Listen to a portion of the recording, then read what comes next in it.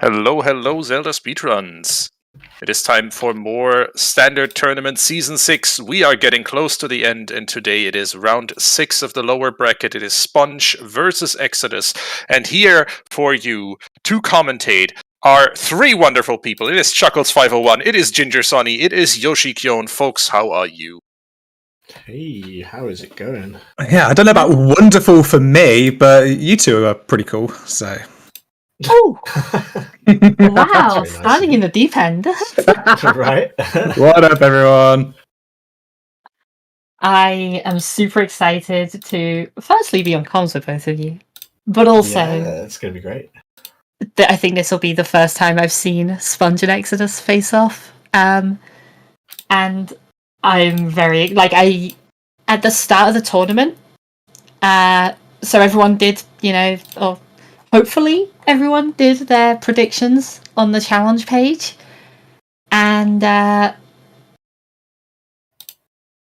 Sponge and Exodus were two of the most picked to take the tournament.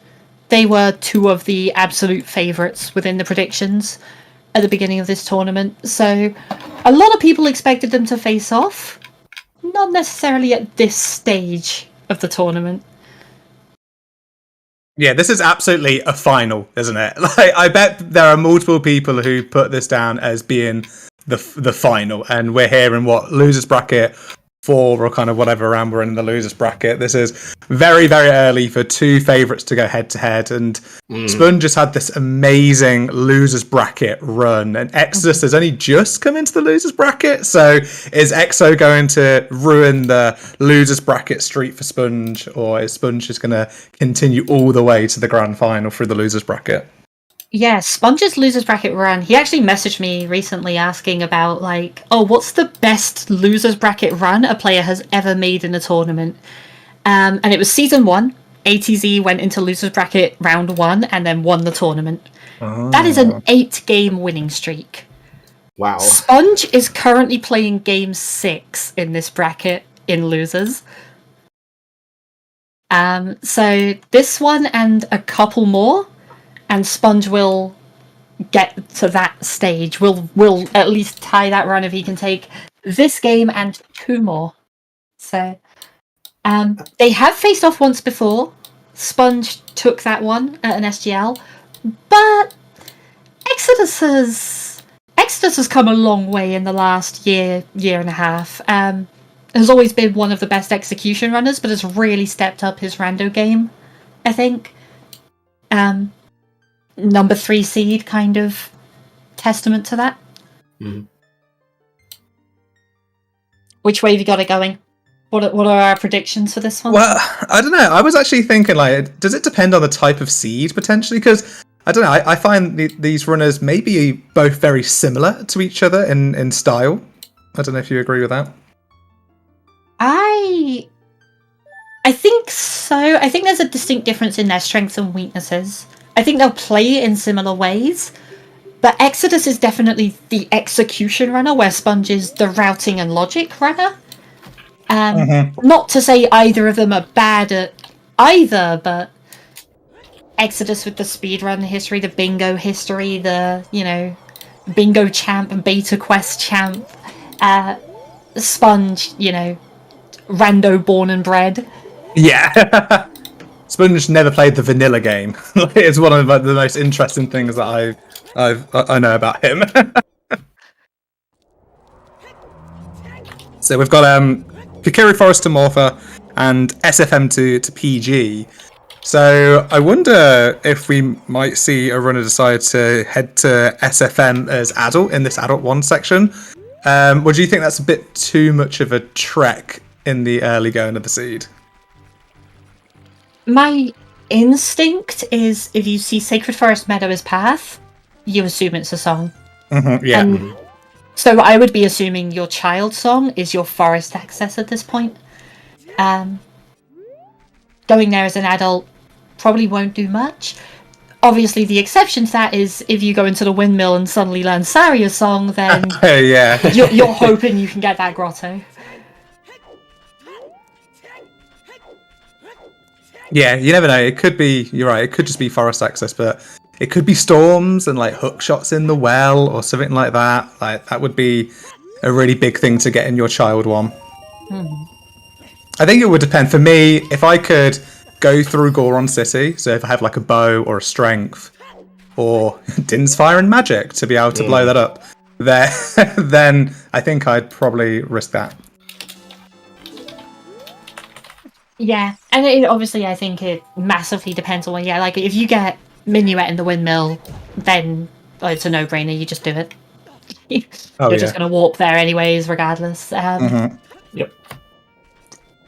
I think a lot of it comes down to how much it would change your routing, and like you mentioned, storms. Storms is the big one that would really benefit if you went there early. Oh, that Epona is not going to help you make a decision on that one, unless you feel like riding her across Hyrule Field to go to the song. Yeah, it seems a bit slow for this far into the tournament. Strange choice. I don't know if they're saying Epona would be quicker or not, but there has been a meta for that, I think, but it was short-lived, where you would cross Hyrule Field for the song.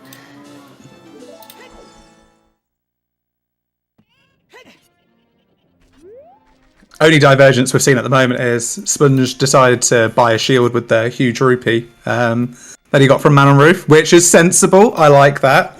I am team buy a shield. Just get the huge rupee and just jump straight down. Mm-hmm.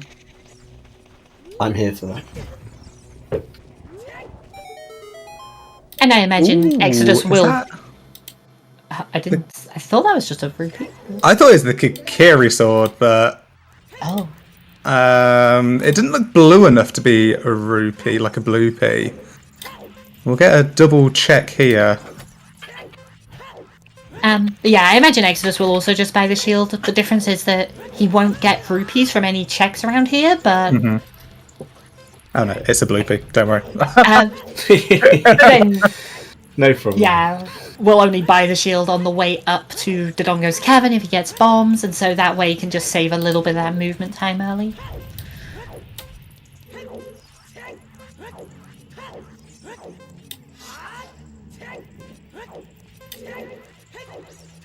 Yeah, someone in chat saying the sun looking icon in the tracker. We track the different songs that the runners pick up, and the runners started with Sun Song. And that will give us another check here in the graveyard.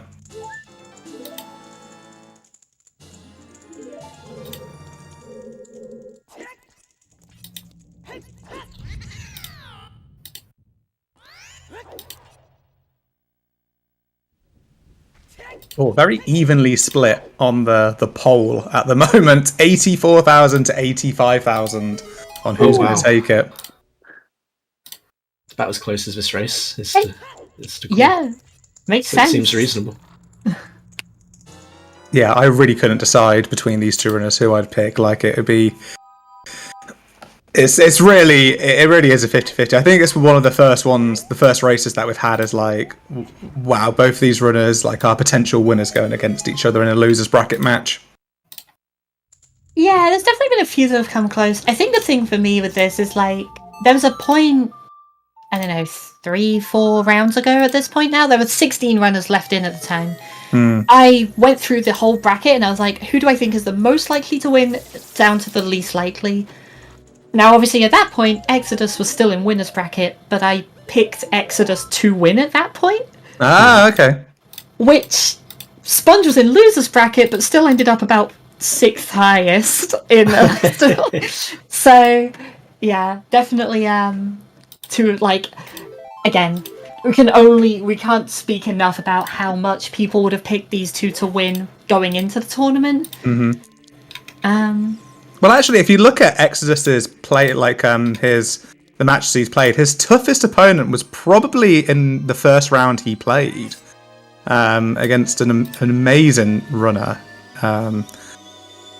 Chuckles 501. I don't know if you've heard of them. Very close. Oh no, I got destroyed. Oh, sorry. Yeah, right, I forgot.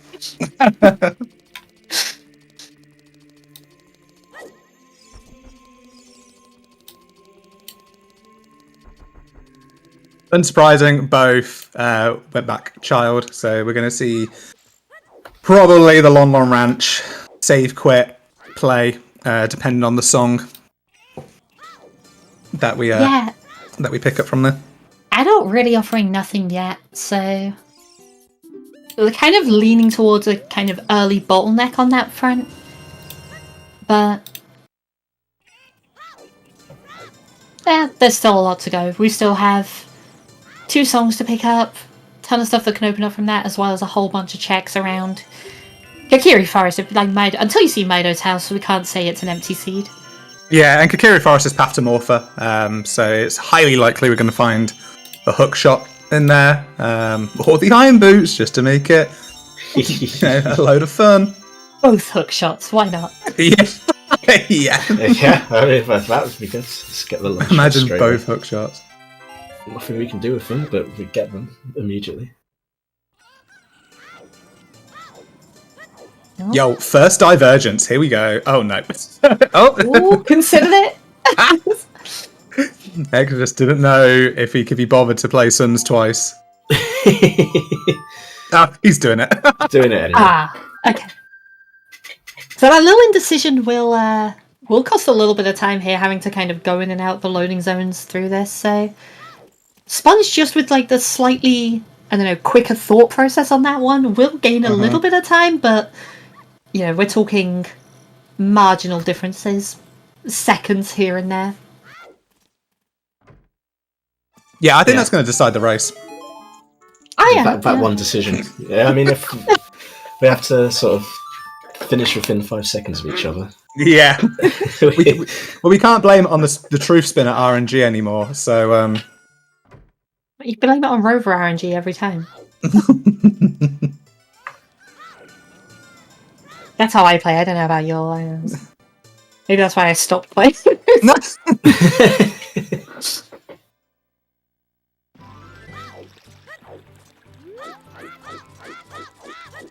About 50% of the way through the prediction, and it's swung a little bit more towards Sponge now. Some late money coming for Sponge there. Yeah, I've only got 1,000 points on ZSR2, so I'm not going to be able to influence the weighting much. No insider gambler going on here. It doesn't surprise me too much in the grounds that we've obviously talked about how these runners are incredibly closely matched, 2 of the top runners in the community and everything. Exodus definitely flies under the radar a little more. He's a lot quieter as a person. Sponge has more of a presence to him. He's very much more outspoken. I feel like people remember having a lot of conversations with Sponge. He's very vocal, he's very talkative, and he's very he has a lot of friends in the community that he talks to regularly.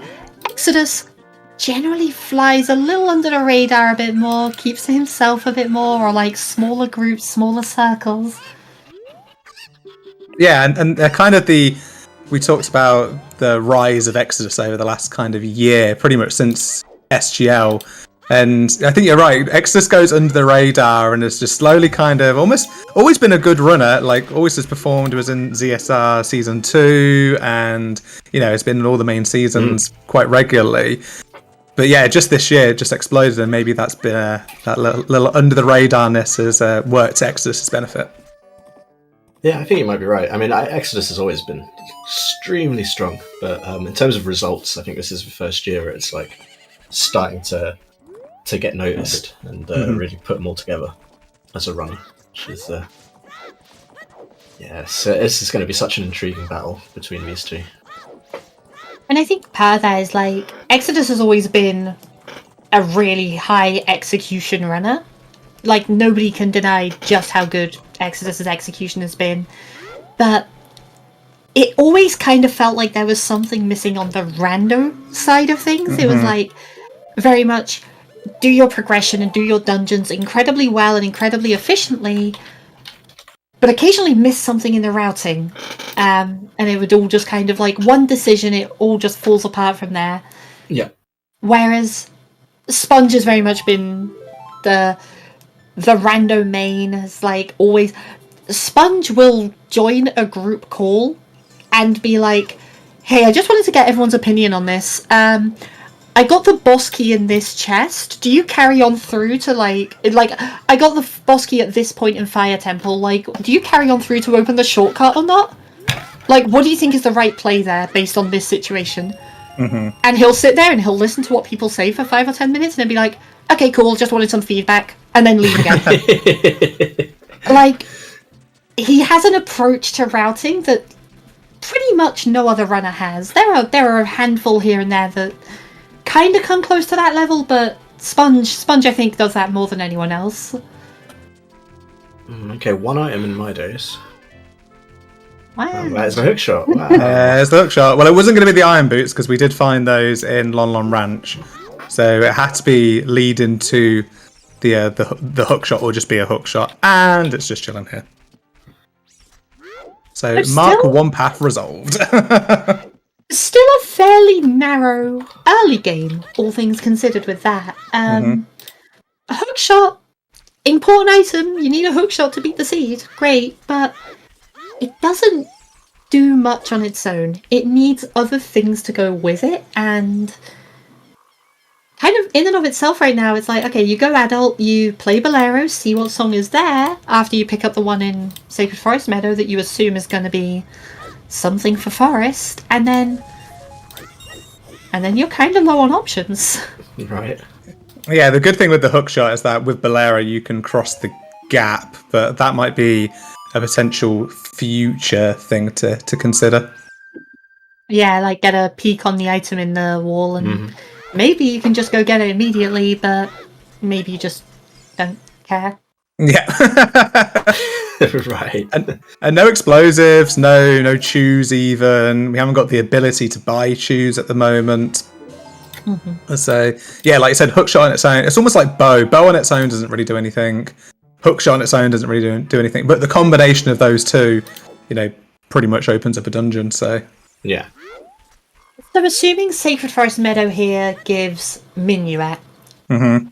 You'll go adult, you'll play Bolero, you'll play Minuet, you'll see what songs are on those. What songs would you need to find to not then dip Forest at that point? I mean, even if you picked up something like, I don't know, Storms or Requiem, you can't really do much with them as adult anyway. So, and Forest is a medallion. We need to do it. I think it's... Yeah, the issue with Forest would be if you do 2 checks, if you don't get a key, that's it. You can't do any more than those 2 checks right now. Yeah. Unless one of those songs is Song of Time, I guess. But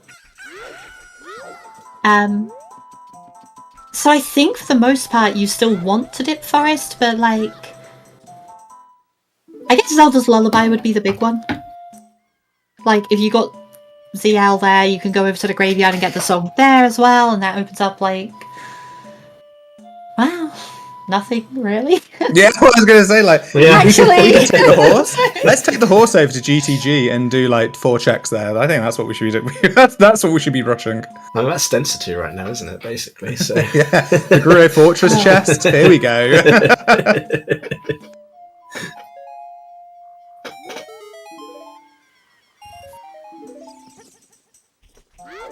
So what I'm hearing here is Valley Lake is the current density play, and I hate it. Yeah. Oh, Yes, no. Valley Lake. I mean, I'm let's in go. for it, but Season 6 hasn't been so kind for Valley Lake in general. It might be like the play though. Like, I don't know, if you were a thorough runner in this instance, I think you do Valley Lake. Like, you get Pierre, like, as a real balancing of that scale. It's a great thing to have. Oh, how about Nocturne? Ooh. Ooh. There we go.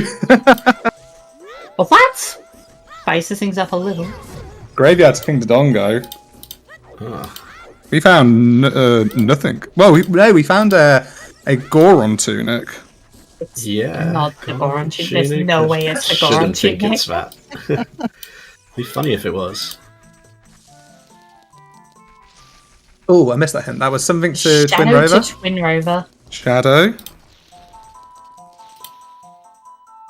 And thingy is a small key. Okay. So, Is anyone else thinking first strength and shadow? Yeah, I was about to say that it's looking that way, isn't it? But that means we need Din's magic, potentially the hover boots, potentially explosives, like... Yeah, that's a lot of things still missing for it, but the Nocturne pointing towards Phantom Ganon and the Shadow pointing to Twin Rover both kind of point to a strength upgrade, both in Shadow. Yeah, potentially getting that song as adult in SFM is looking like an interesting play, because you know that's not going to be your forest access song, so it could have been ZL, could have been something like that. I don't know. It might have been Pog song. Oof! Chickens is Din's fire. Ouch! Woo! Well, there's one of them. Spicy. There we go. Also, I do like this from Sponge, though. Picking up Dampe here with the time of day. Yeah. Exodus going to do the same, it looks like. And absolutely, you've got that graveyard path. You just want to make sure it's... Oh, and a bum bag. Nice That's and a simple. surprise. Yeah. Makes complete sense. It's not the Goron Tunic. Score 1 for Yoshi. That's a low bar. Like that's a whole point. Yeah. One whole point. You don't know what the point scale is, though. That's the problem. Like, they're like Tesco club card points. Like 1,000. Yeah. Yeah, we haven't made the point that we've got 3 Brits on the panel today, so get ready for Anton Deck jokes. And this is Anton Deck's grotto, so. Oh my god, no. We're not doing this. I don't mind the Anton Deck commentary, but like we're not naming the grotto. No, we need to stop naming checks. The Redeads are I do about hate as fresh as their jokes, aren't they? To be fair.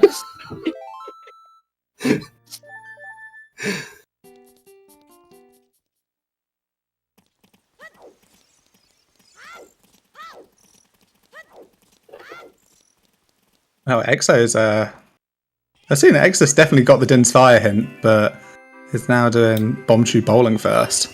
Hmm. Yeah.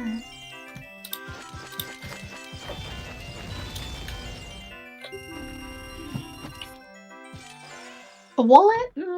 There was a moment of hesitation there from Exo, it looked like. Yeah, But... thought about it, Ooh. and I was like, nah. Yeah, if you didn't pick up the bomb bag just a minute ago, you would have picked that up. But with the bomb bag. Where's Exo going? Exo's going adult. I like this from Exo. You can put off chickens for a little bit until you get magic. The Dins doesn't do anything anyways. If you pick up Zelda's Lullaby is likely to be one of your songs here. It has to be somewhere fairly early. Especially with Forest Medallion Water, you're assuming it's probably before that. And then if you pick up Storms as the other one, that's a perfect route through Kakariko. Super efficient.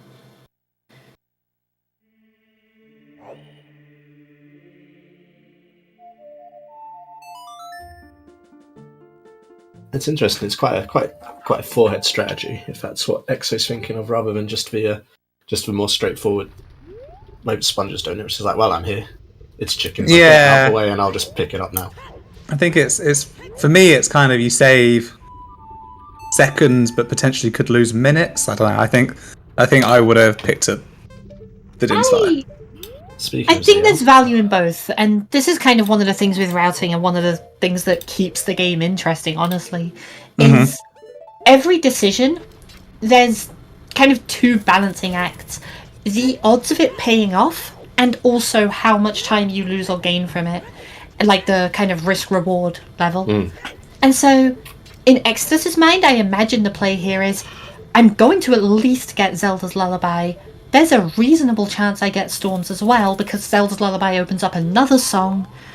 And so, at that point, it's incredibly likely that you're going Child again soon to do Bottom of the Well.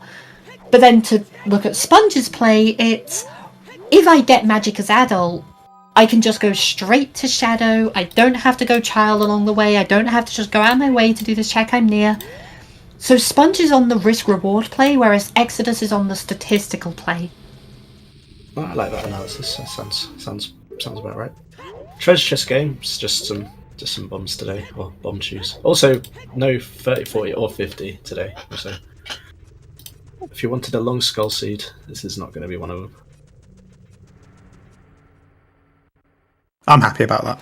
I've seen way too many AD 50 seeds recently.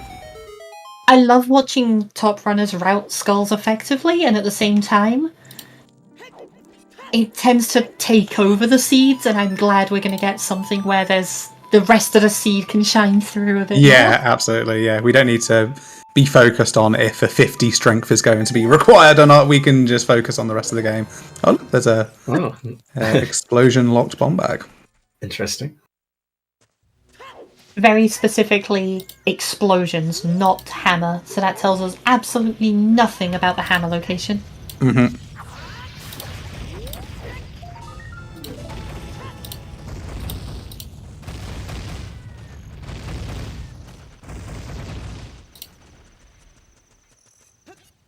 Oh, never mind. I misjudged. Ignore me.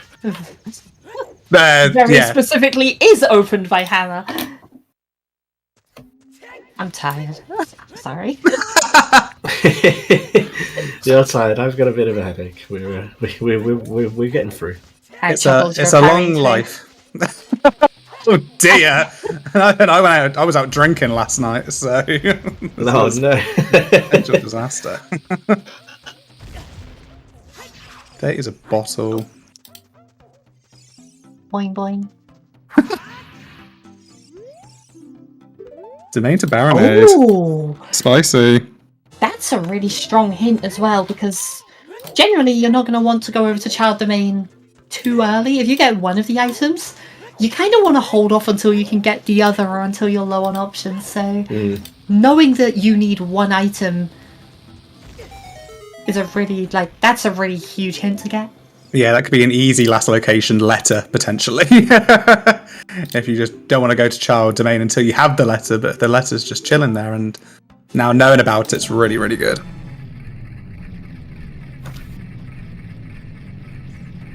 Here's Medallion DC. Yeah, Sponge first one into a dungeon today. Exodus spending some... Oh, Frogs 2 is Oh, Frogs 2 is a strength. I swear, I think I put that into existence by saying we don't need to worry about 50 strength. Don't need to worry about if that 50 strength is required. But we'll have a Frogs 2 one. We don't know what our AD song is yet either, don't we? So that does at least kind of lend itself to the idea that Shadow would have the first strength, though. Because the odds are one of your songs for Frogs 2 is going to be locked by a strength, logically, for water. Or spirit, or whatever. So the fact that one of your strengths is potentially locked away behind that lends itself to the fact that, yeah, you've got that early strength upgrade to kind of access everything else.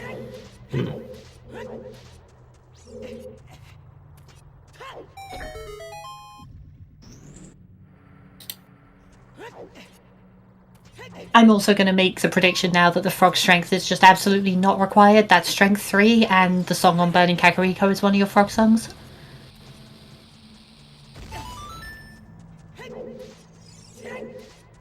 That would be pretty cool. I'd be happy about that. Yeah, I can't say I'd hate that if that was the case.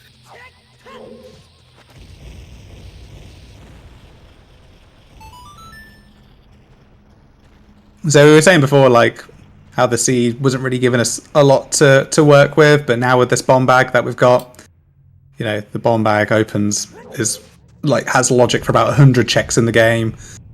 We've got a lot to do now. There's much for us to explore. Mm-hmm.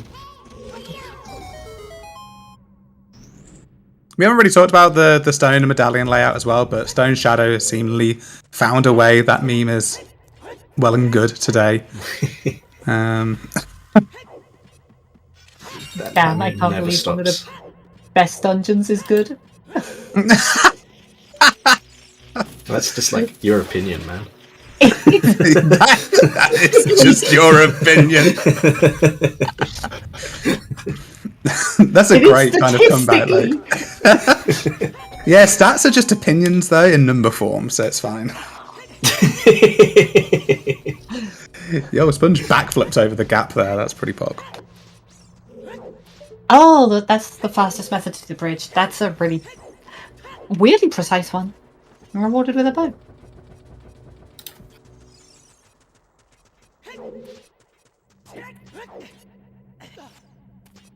Yeah, so that's a significant amount of... We can definitely do the courtyard in forest with the bow.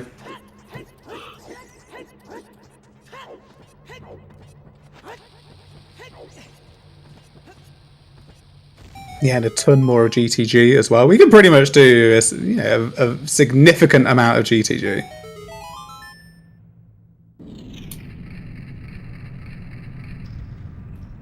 I think this might be one of those rare seeds where I'm sort of like, yeah, let's just rush straight over there and see what we get.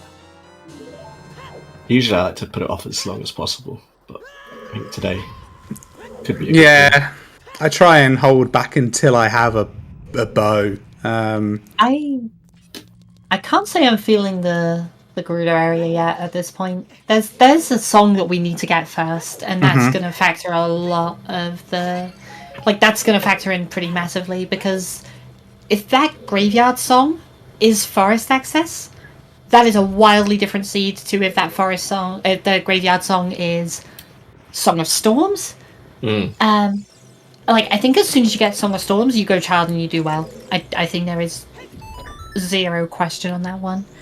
And it's just a question of how long it takes to get to that point.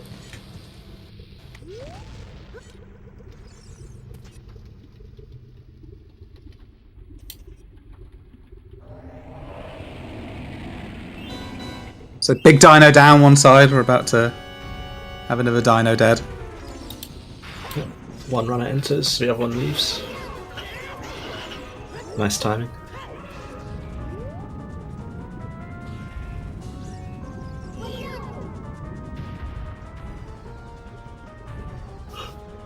So we've got all 5 of our paths. Kakiri Forest to Morpher, SFM to PG, Graveyard to King Dodongo, Shadow to Twin Rover, and Domain to Baronade. And at least 2 of those are already fulfilled. One, we have a sneaking suspicion leads to another. Yeah, the path we've had missing is Deku, so nothing pointing us towards that Kakiri sword today. Nope.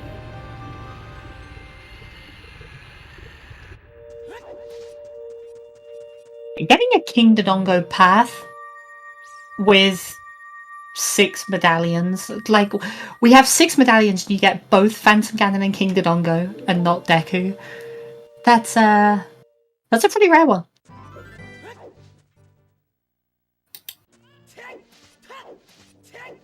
But Deku definitely would have been more useful, I feel. I think if it wasn't for the Graveyard to King Dodongo, I don't know, do you consider either of the runners pick up that bomb bag? They turn the time of day and go to play Nocturne. They might have done Valley Lake instead. Probably would have got it, just because the time was really convenient. You get the hint while you're there. But yeah, Dampe Digging definitely a very easy check to isolate, so that one's definitely not a bad hint. The Phantom Ganon one is a little disappointing. Yeah, pretty easy with just Suns and Nocturne though, isn't it? It's orphanable when you're missing one of those two kind of songs, but with both of them, pretty easy grab. Prelude offers absolutely nothing. Yeah, with both our save spawns today, they're basically child age changing got 20 seconds quicker basically with that song. And it looks like Sponge is going to go over, pick up the Forest Song, out of logic, but also the Grotto, which, if the Grotto is just the first strength and that's your path to Phantom Ganon, then forget everything about Shadow for now and just move on. But having that information early will kind of dictate a lot of your early routing, I think, so this makes a lot of sense to do.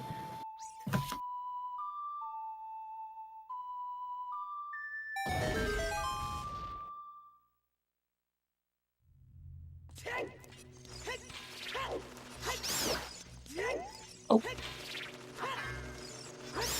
Ah, grabbing the hint to reset the position. Makes sense.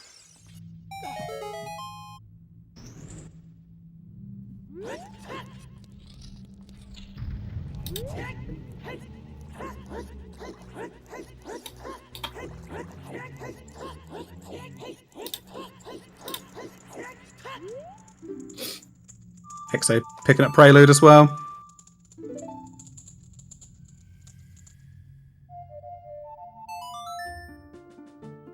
And yeah, following over towards Forest, I'd imagine. So we're getting very similar routes out of the two of them at the moment. The big difference so far has been mostly in Sponge having already done chickens as well. So when Magic turns up or Storms turns up, then we'll kind of have an idea of who gets the lead on that one, or gains the advantage from that play, I should say. But right now it's pretty clearly Sponge. Oh, Exodus skipping Link to Goron. Oh, did Exodus do Link to Goron earlier? Yeah, he's already done this, yeah. So then, yeah, this time here that Exodus is ahead going through this is the time that Sponge spent on chickens. Pretty much side by side, following the same route at the moment.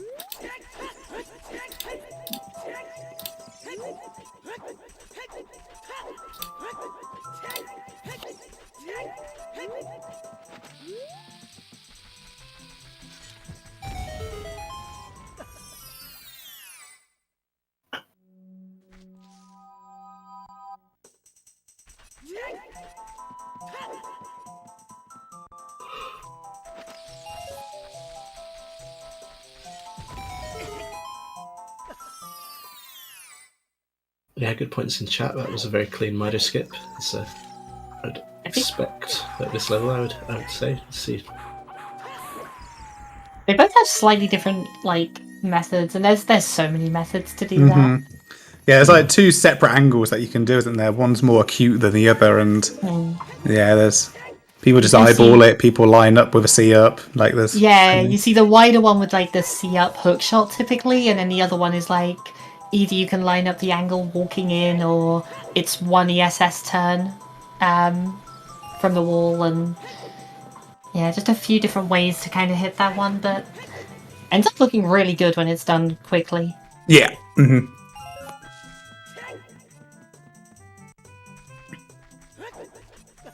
So now in the Wolfos Grotto, so we're looking at this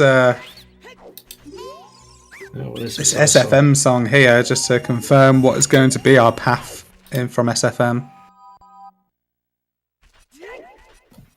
And notably this one, yeah, logically locked at the moment, which could lead to some real difficulties in this. I know there was a comment earlier about the potential for OOT song for forest access. Yeah, I think this is just going to be Minuet. I'm wrong. Well, I'm Well, half you got the other half. Sort of. I'm half right. And yeah, here's the dip into the Forest Temple. May as well. Kind of want to... I mean... It could just be a Mirror Shield in Shadow. The Path to Twin Rover. So, the stream could be chilling just in here.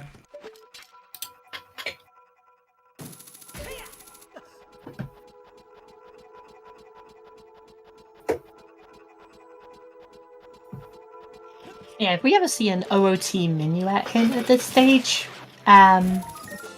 this becomes very, very interesting to route out. Following the logic for the runners while playing it to figure out where to go could become really, really interesting based on that.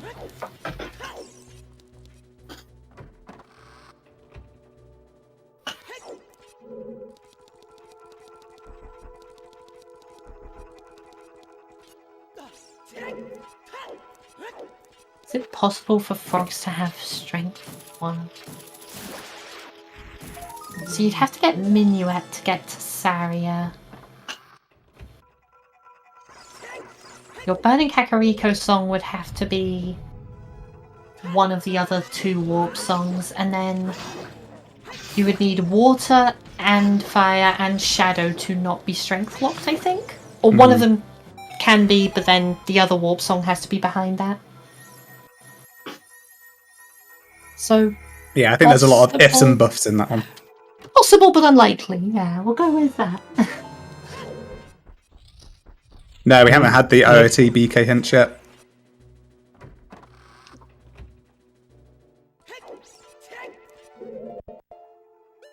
Sync was very nice for a moment there, but Exodus just slightly retaking the lead. Yeah, both of these runners have done the same thing, but I think it's actually difficult to have much deviation at the moment. I think maybe Valley Lake could have been the only thing that might have deviated the 2 runners thus far. The rest of it has kind of just been path and progression. I think the only big potential for a split was taken away by that King Dodongo hint. Yeah, absolutely. So I guess the question is, assuming you find nothing in here, where to next? I didn't like the Gerudo play earlier, but I'm struggling to see much else at this point. You have a horse, you have a bow. You don't have a way to get the rooftop chest, but you can at least look at it and see. I think you almost have to at this point, and I kind of hate that I'm saying that at this stage. You could pick up the Spirit Temple song as well. That's out of logic at the moment without lens and under the hook or hovers, but if it's storms or something like that, it could be quite handy for going back child. And it could just be really good information as well, given everything we were just saying. About how locked away all the songs are. If you cross the desert and it's Minuet, then that's a lot of information in and of itself, because... Okay, Minuet locks Saria's, so then it's definitely Nocturne, and also you need to be able to cross the desert before you can go and do Forest, and Requiem has to be available somewhere, or Requiem is locked by all of that, and yeah. No, I mean, we could do a progression dungeon. We could go into the Water Temple. I wouldn't... okay, Water at this point wouldn't be bad if you had Serenade.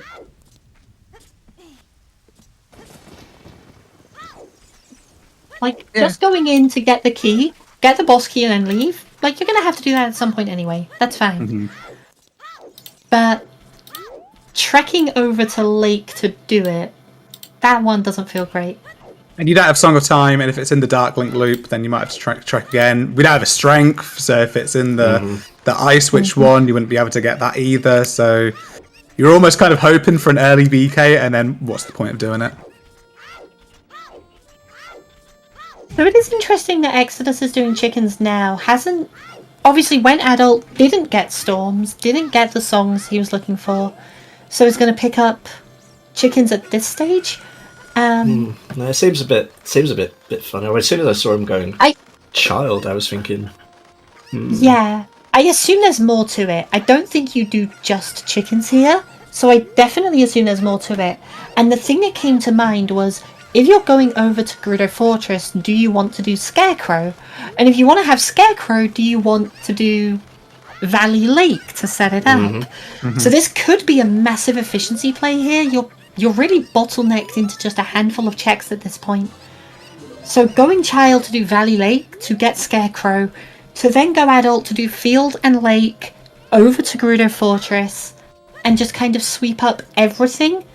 Basically, it's routing as though you're going to have to do everything, and you should do it in the most efficient way, as opposed to assuming you're going to get the item early and change your plan. Yeah, it looks like Exodus is doing the River Domain River Domain path, because Domain is path as well, remember? That is Serenade is on Burning Cack, but there's Ruto's. Oh, there's the Ruto's letter. So something leading towards the Boomerang is in Domain.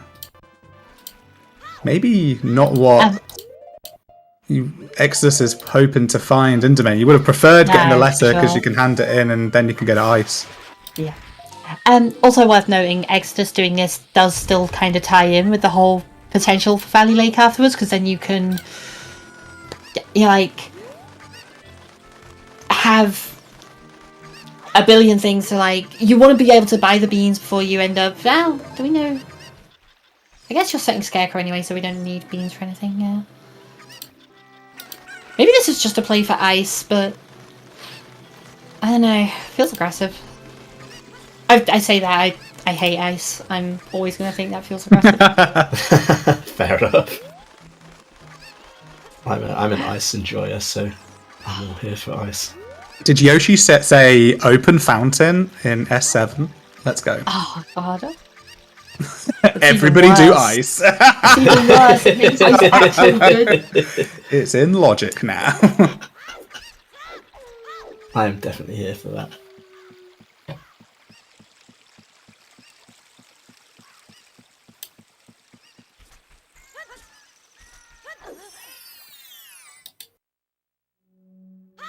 Ooh, big chest in Zora's River. And OOT is Requiem once again. I'm getting sick of this now, people. Ooh, FW. So one very notable thing actually with that is that OOT and Burning Cack are the two remaining warp songs that don't lock Forest.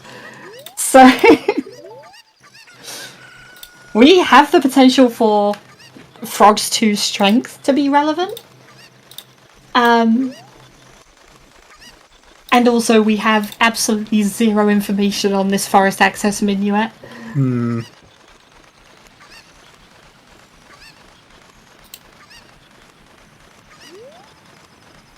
Oh, and fire arrows as well.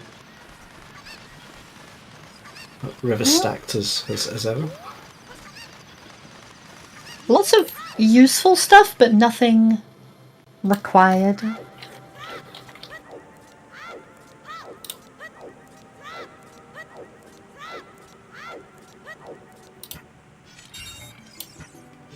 Sponge, meanwhile, did pick up Ruto's letter in field, and so we'll get to just do all of this, but also probably beat Jabu along the way. And I mean, the best thing for Exodus here would be to see some ambiguous, or some, like, super late game awful item that just locks your... You're like, if you find a Mirror Shield here, perfect. Mirror Shield, nothing else.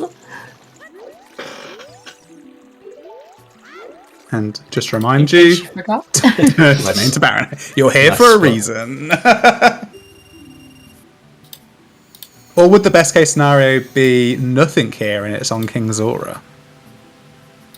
Mirror Shield on King Zora is probably the best of both worlds. Because then, if you're Sponge, you're going over there to get that check specifically, thinking it's the boomerang, thinking you can beat a dungeon off of it, and you're going to do ice while you're there and all of that, and then you go there and you get a Mirror Shield, and you're just like, okay, eventually I'll be able to get my boomerang, but I have no information on it. So yeah. I think the best thing for Exodus, at the very least, is to not just... Basically, Exodus is going to have to make 2 trips to Domain. Exodus wants it so that Sponge also has to make 2 trips to Domain.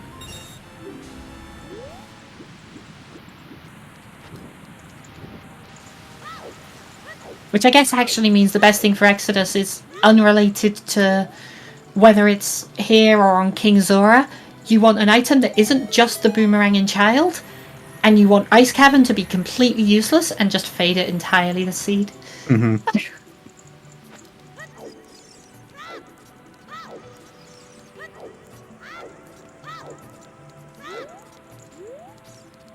I guess it makes it viable that Minuet could just be in the Ice Cavern at this point.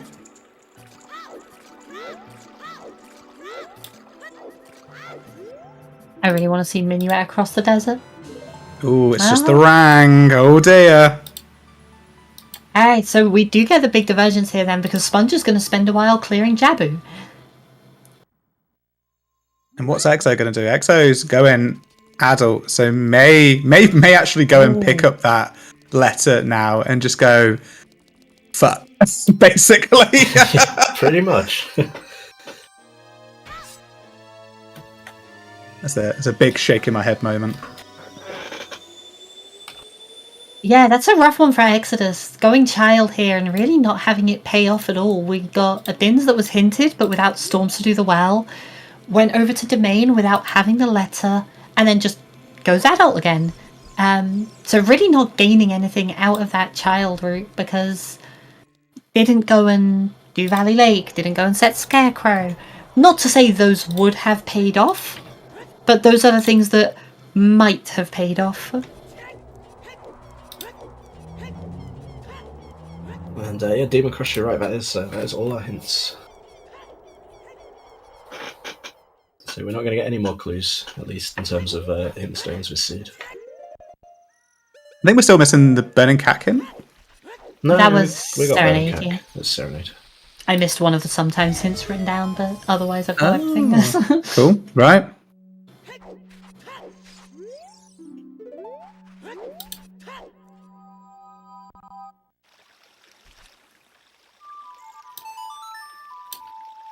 So I guess if you're in Exodus's shoes here, you feel really bad. You go around field now, you pick up the letter. You feel terrible about that. And you could just immediately go child, turn in the letter, do Jabu. But is there ever a world where you considered just going over to the Gerudo area anyway, because that's your opportunity to make things up? If you cross the desert, you get storms. That's how you try to pull back this time, you know.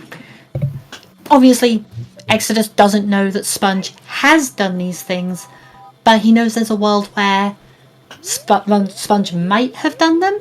And I think the worst case scenario for Sponge, as far as Exodus is concerned, is that Sponge has done the same thing that Exodus has done. I think it would be a ballsy play to continue. I think the safe play would be, I can do a progression dungeon, let's just spend the time kind of schmooving back up the river. If Exodus finds that he's never going to get Serenade, then you may just be left with it, having to climb river again, independent of what you do. I think potentially if you could pick up Serenade, say at the Colossus, and pick up a scale in GTG, for example, then you could delay it. But I think the knowledge that you're not going to get Serenade. Yeah. I think the big one would be Storms, because that means that then when you go child to do Jabu, you can also do Bottom of the Well. Finding a Kakiri sword in the Gerudo area, you can Jabu and then also go and do Deku Tree afterwards. Like, just trying to make that child play a little more efficient and save some time on the back and forth of age changes.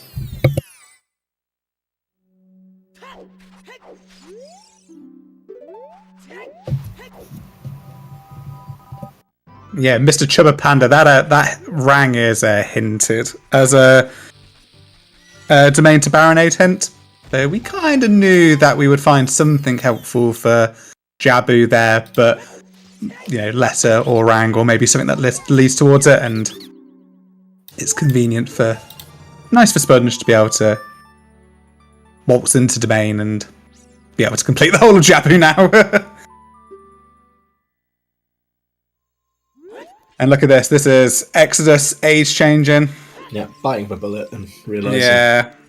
It would have been ballsy, and sometimes you might think about you got to take a risk in these kind of scenarios, but I think kind of going back to what you were saying, Yoshi, is that I think it's actually quite likely that Sponge did the same thing that Exodus has done. So you might think in this 1v1 scenario, me and my runners are we're just gonna go through the same steps, except for Sponge took the different decision by not going straight to Domain and head toward what we think would have been GTG and picked up the letter first. Yeah, and I guess the other thing is that even if you think, okay, there's a reasonable chance my opponent would have gained some time here, well, after you beat Jabu, what's your next play? You can do Ice Cavern, or you can do the Gerudo area. And that is another point where you can make up time. Like, it isn't like this is the only decision point for the seed and that's it. That this one decision shapes everything. As far as we know, everything might just be on the path in here. You might just, beat Baronade, get a Kakiri sword, go to do Deku Tree, get 5 items, and continue on. But you're assuming there'll be more decisions to make at this point, so there is also a world where Exodus is like, maybe I've lost time on this, but I can make it back later. Yeah.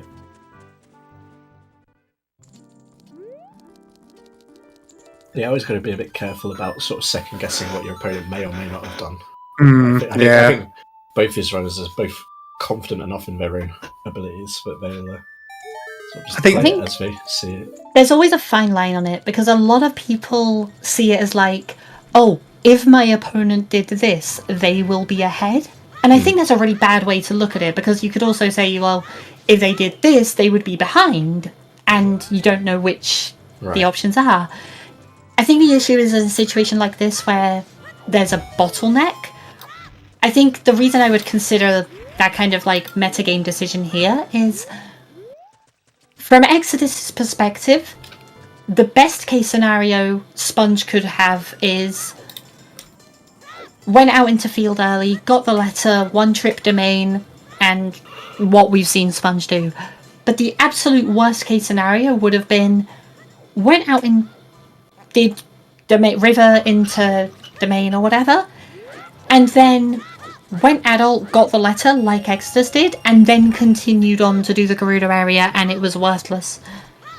So it almost feels like the worst case scenario would be pretty much what Exodus is doing, barring a Gerudo area play in between that doesn't pay off.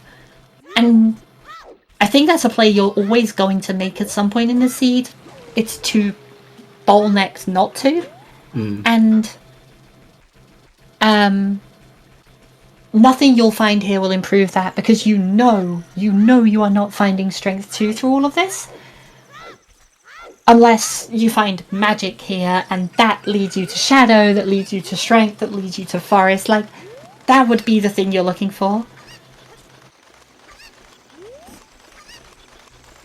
Yeah, I think doing Jabu in Exodus' instance, it's kind of like, what do you get out of doing Jabu? And I think maybe one of the nicest things about handing the letter now is having a bottle to do ice, really, because Jabu's only got 4 checks in it.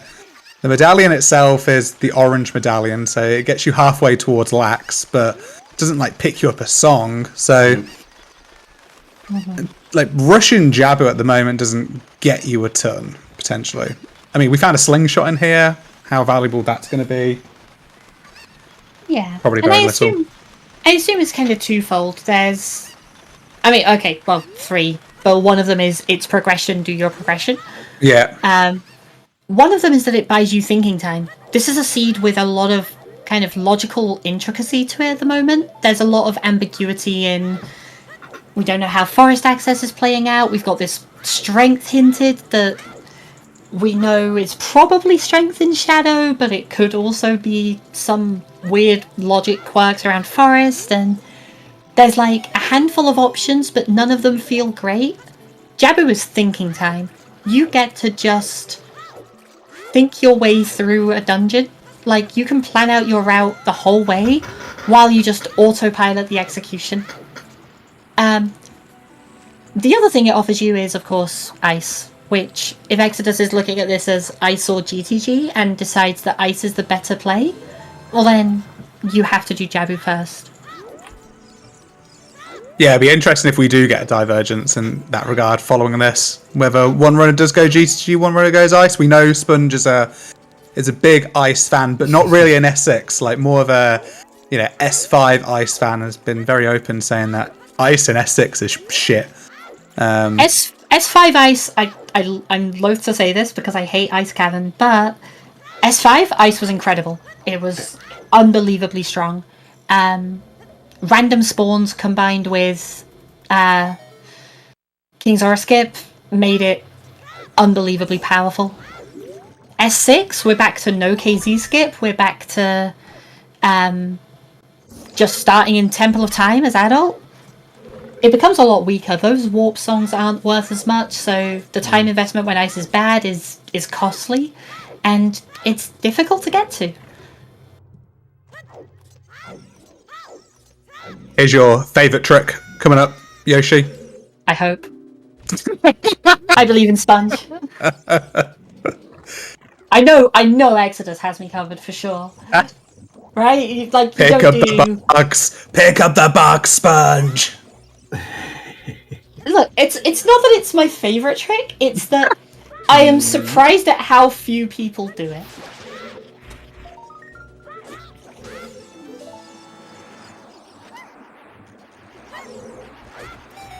It's fine, it's still saving time. One more go. It's fine, it's still breaking even. It's fine, it's still breaking even. Easy. It's fine. Same time. That's No it. problem. It's fine, that broke even, it's good.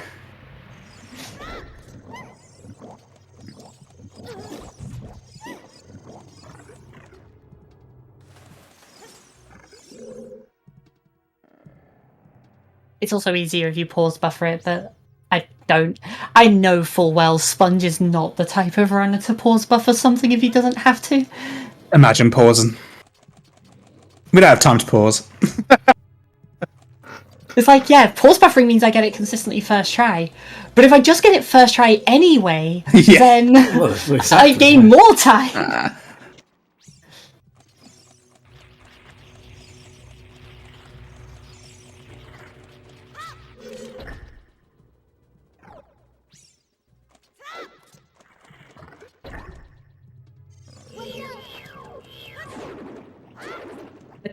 I hate when the boomerang does that. It's so wonky, like, when you throw it backwards. I hate You just it. throw it and it just flies off into the distance. It's like a shooting star meme. The boomerang taking off through space.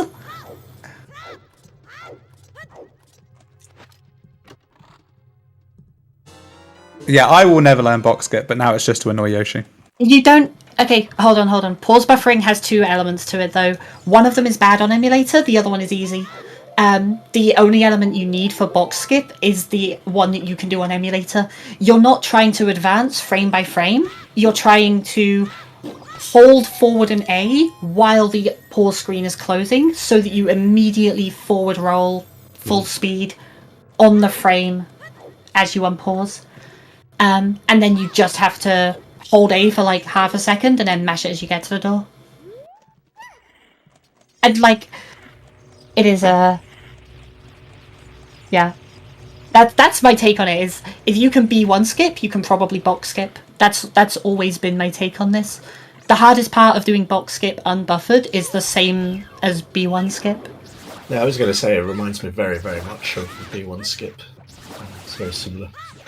Similar principles behind it. So we will see which one Sponge goes for here. I think the two plays are the Gerudo area or Ice Cavern. I want to say I think the Gerudo area is better. I think crossing for the song is... You get a song either way, and there are far more checks in the Gerudo area and far more information that way than Ice. Obviously the drawback is you might have to go back later.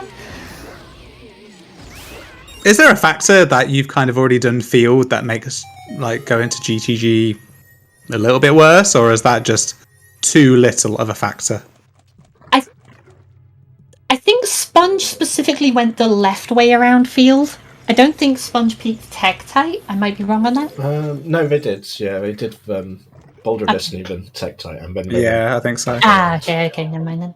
Well, this is Bolero anyway, this kind of tells This is us. definitely an ice play, but yeah. It's not a surprise from Sponge. But yeah, I don't think that would be a factor anyways, but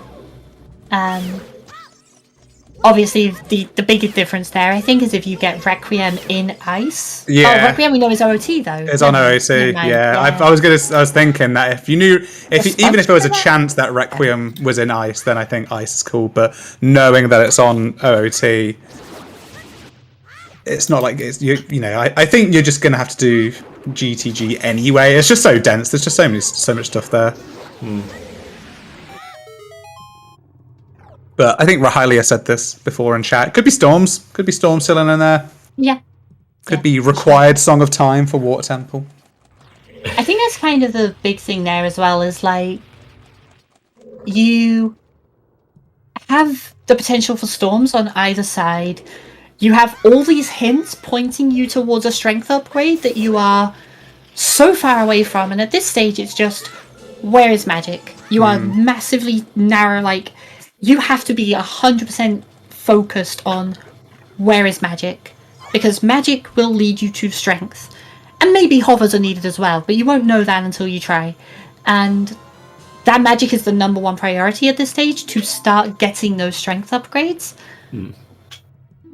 And that's why I think the Gerudo area would probably be my pick, because you then have more checks between horseback archery, the rooftop, Gerudo training grounds. You have more checks to find magic than you do through ice. This is a bit of a difficult consideration, but as we were child, and we've got this SFM to PG, which is at the moment Nocturne or Sarias. Is there a world in which, in this child segment, you do both Dancing Dad and School Kid to confirm that it's Nocturne? There's not just a strength chilling on School Kid. The forest is a long way away. If we had a scale to get there through river, I think it'd be quite a good play. Yeah. But or like Minuet or a save quit. Oh god, that's a yeet and a half by Exodus. Oh no. Or if you had like a save spawn in Kakiri Forest, I think it's fine. But you would actually just need to, go down river and go to Kakiri Forest that way to do that. Yeah, I think, there are a lot of things that would push me there, but if you had Kakiri Sword and you could do Deku Tree, if you had Minuet and the forest access could, dilemma was kind of cleared up a bit, and you just wanted to confirm that it was Nocturne, if you had Minuet so you could warp there quicker, if you had the scale so you could get... there are so many things that could factor into it, but the fact that none of those are there means I would probably just ignore it and assume it's... Whoa. We have the slingshot. We could do target in the woods now. Come on. Surely that's enough to push us there. The fact that you've got basically nothing there means that I would.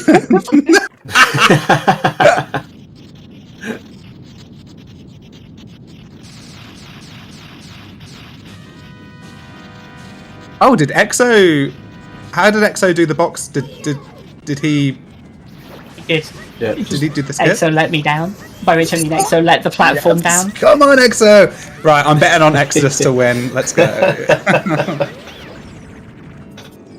Well, Sponge did Buck Skip and Rush Dice, so gotta go on my vote.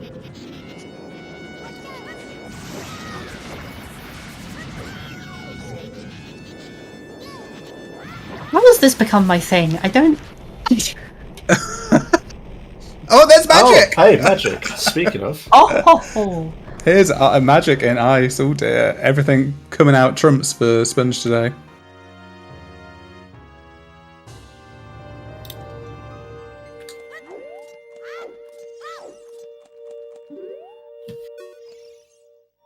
After the whole conversation about, do you do ice? Do you do Gerudo area? I was so ready for it to just be, child fishing, but, no, ice pays out today. Yeah, I think you've got to do the first two in Shadow because it's path to Twin Rover, isn't it? And it just is looking likely that is going to be one of the strengths. Very specifically because of the Nocturne one as well. Nocturne to Ganon. If that's your strength 1 in there, that's huge. You go through forest with that, you potentially find a strength 2 there. Suddenly that opens up the entire Gerudo area. And then also, you find nothing in those first 2 checks of Shadow, well, you haven't really lost much. It takes a long time to get out of that room anyway, so going back to Shadow later doesn't really cost you anything. We talk about Exodus being really good, but Sponge in terms of execution, but Sponge also is, equals Exodus in that regard, and we're seeing this here with a very good ice cavern jumpy jumps at the moment. It's kind of said for years, had conversations with a few people who are like big into OT speedrunning stuff, and there are two runners that really come to mind for me who are rando mains, like first and foremost, and have pretty much only played rando as far as the game goes, who could give like glitchless leaderboards a run for their money, and it's Sponge and Mr. Mario. Like, both of those two, no real speedrunning history in the game whatsoever, but both of them could easily put a name on a leaderboard and put a decent time up immediately just with how good they are from playing rando.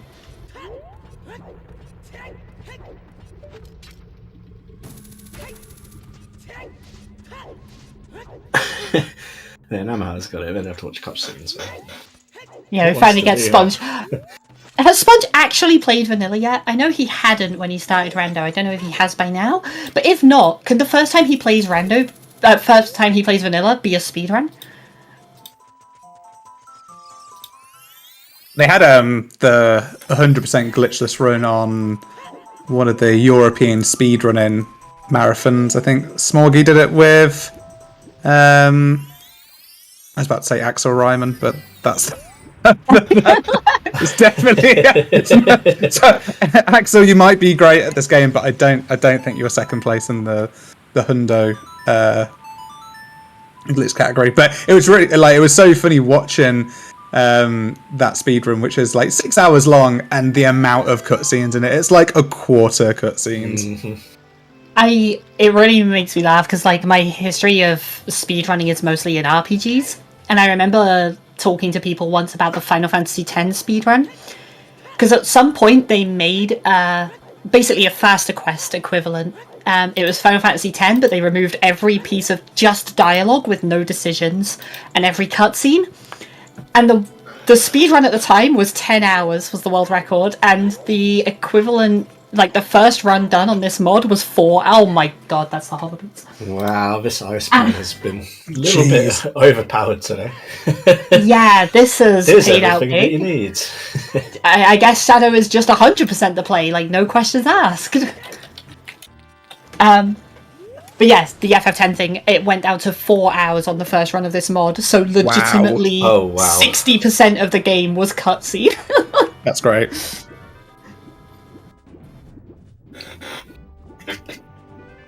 Yeah, I guess this is interesting now, because it's like, how much of Shadow do you do now? Before we were limited by the amount of Shadow we could complete, but if you find a strength early on, is that it? Are you out? Are you gone? What if the mirror shield's just deeper? Well, yeah, that does open up a few questions now. Before it would be like, well, I'll just do these 2 checks and then I'll just head over to GTG or something. And now it's now you've got to actually think about it a little bit more.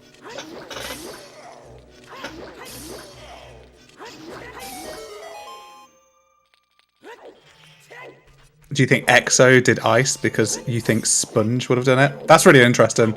Like matching them toe for toe. I'm kind of the other way around. I think Exodus was always going to do ice, but I think there is a world where Sponge went there as early as like he possibly could because he knew that he had a potential advantage from the early letter.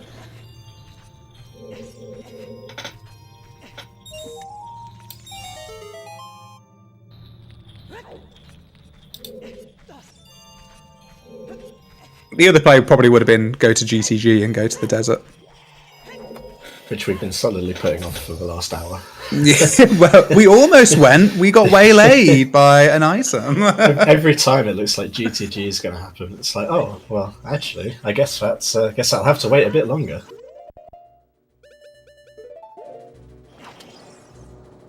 Yeah, the fact that we found hover boots on that King's Aura check there as well is just really, really convenient. Also, it came up earlier, and I kind of want to get both your ideas on it. Do you bail Shadow at some point if you find an item?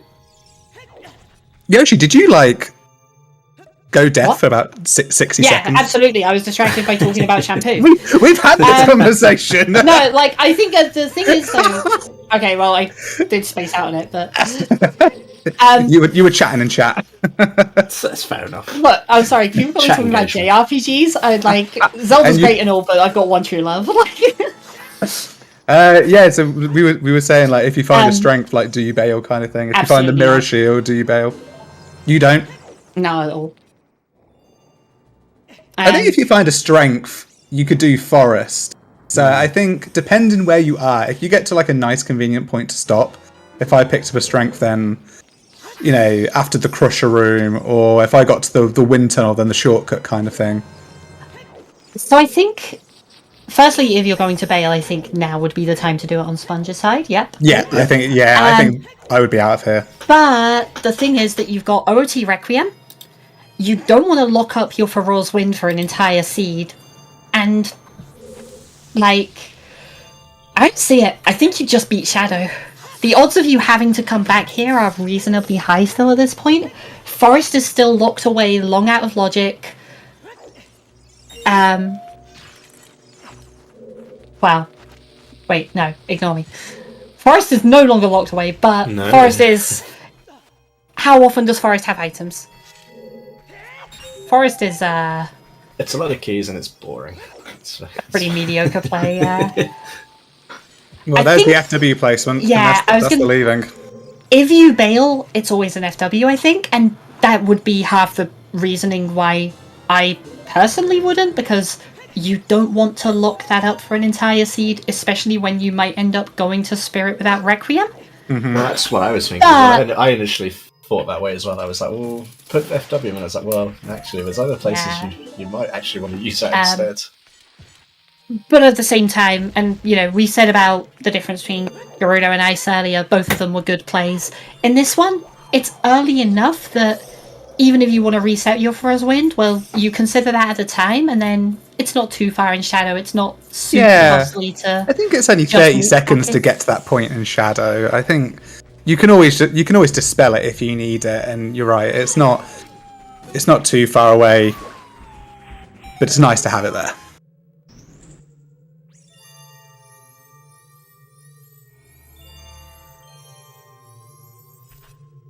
But you're right. The first place that you'll go in if you're looking for the mirror shield, especially, is back into the Shadow Temple.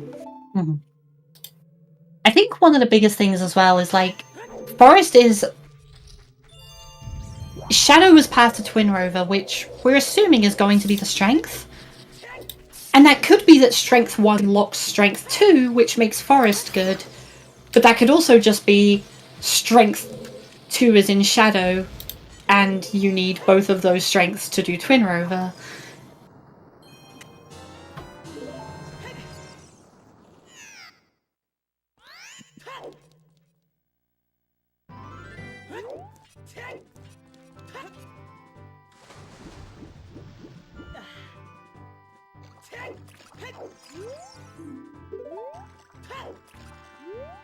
Probably see some swag, ground jumps and hover boot strats potentially. No, that was a full push, I think. Yeah, this one's always kind of weird because you have to pull it a few times to climb up this place. So sometimes I think, is it just worth just doing the whole push? But Sponge is doing it from both sides. That's interesting. I have to To say, be with fair, bombs available, it's been a while since I've seen someone actually full push.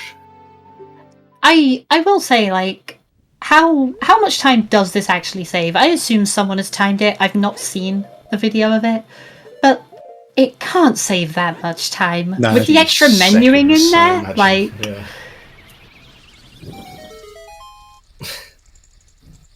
that's very believable. I would that's- 100% believe it saves 6.9 I'd say seconds. 6.9 seconds.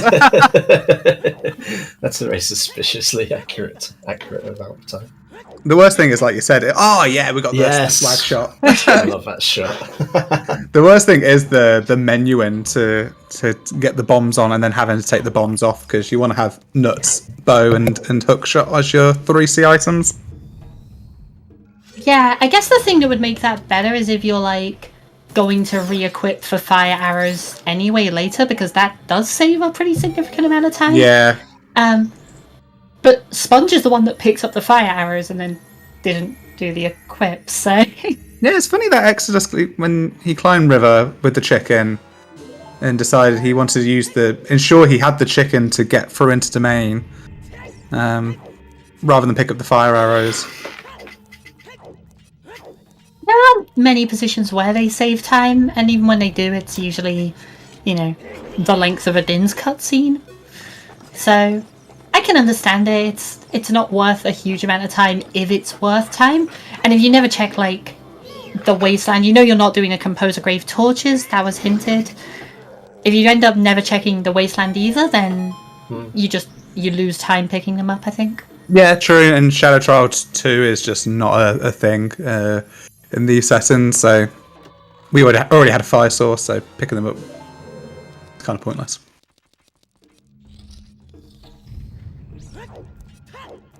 Yeah, even if by some wild chance the light arrows end up in Shadow Trial 2, it's well, you'll have a long shot by the time you get there. Yeah. Yeah, exactly.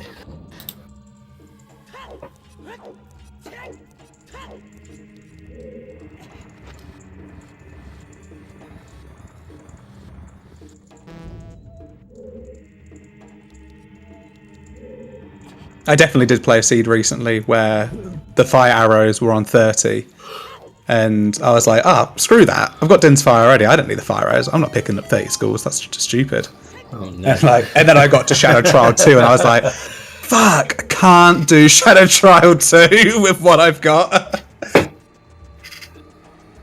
How's my way of the nearest skulls? How quickly can I get them? Oh no, that's it. That check was orphaned. I was never doing that. I was forfeiting before I needed to do that.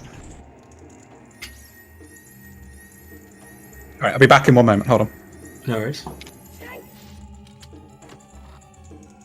Yeah, I'm leaving us with Forest Temple. Alrighty, Exodus with the decision now. We'll see if we get another bit of a divergence here, or if we end up on the same path. There's the FW equip, so I feel like we're going to see Exodus also go to Forest. Where does... Oh, well, just came out the door. It's where did he last enter a door? Oh yeah, 2 seconds ago. Yeah. But yeah, that looks like Exodus also going to leave and do Forest, so... Well, it makes absolute sense. It's, don't really see any reason why you wouldn't at this point. Yeah, I'm looking forward to after the race maybe asking them if the strength was a bit deeper, what they would have done. Because I think if you get to even just the next checks, that silver rupees room, or you get to the shadow pot, what's kind of your judgment then? Yeah, there's kind of a level of okay, where in the dungeon does this check have to be for you to not leave? And that one really depends on the runners. I think this early most people would leave. Once you get to the invisible likes, some people will just go, okay, whatever, FW leave. Mm-hmm. Invisible likes, you know what I mean? Invisible blade room with the like. Wow, invisible likes. Wow, no. That would be awful. Nightmare fuel. I had the whole room in my head as the invisible blades with the like, and I just skipped half the words. That's all. Sponge with the cool back. I love that backflip strat. Yeah, I've seen people side hop onto it, but actually backwalking and backflipping onto that actually seems a lot easier to do that than the side hop onto it. But yeah, some people would bail Shadow very early and just leave the Furrow's Wind there. I think by the time you get to the room before the boat, pretty much everybody is just whatever, I'll just beat Shadow at that point. I think the decision is just a lot easier with FW. If we didn't have FW, I think we'd see deviations. Yeah, and I guess there's that factor of, you don't want to tie up your Furrow's Wind here when you might cross over to Spirit. But then the counterpoint to that is well, what are you doing after Forest? If there's nothing in Forest, you're probably just going back to Shadow. The only thing you could find here that would really push you to go towards Spirit would be Strength 2. Anything else is irrelevant.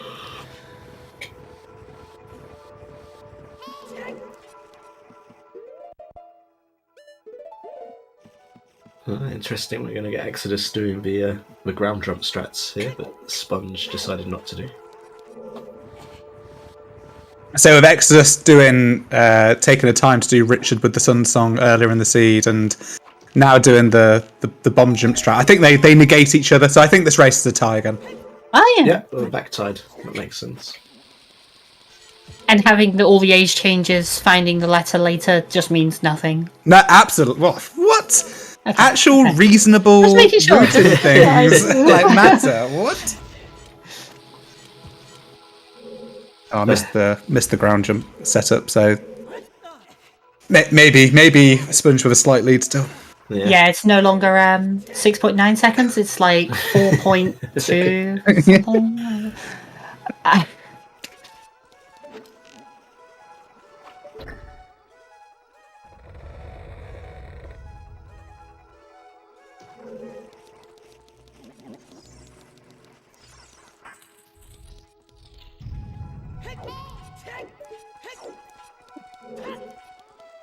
Yeah, wait for Okay. Fox. No path to Goma. That's right. So no idea where that Kokiri sword could be. So I will clarify one thing here as well. Exodus recently, like surprisingly recently for the person who's developed like 90% of the strats in OT, switched over to VC. And Sponge has always played on VC, but Sponge's capture card is just breaking entirely. So the reason Sponge can never have clean audio for streams because he has to just play the sound through his TV and it doesn't capture very well, so it ends up just bleeding through on the mic. That's how Sponge gets audio. But a lot of capture cards have this issue where you'll have real terrible brightness, and a lot of people adjust the contrast in OBS to make up for that. So Exodus has it really bright so we can see what's happening. Sponge has it as the capture card will display, and the actual game feeds for both of them on their TVs will be somewhere between the two. Yeah, I've definitely heard people say before, like, how the stream displays their output is completely different to what it actually looks like on their screens.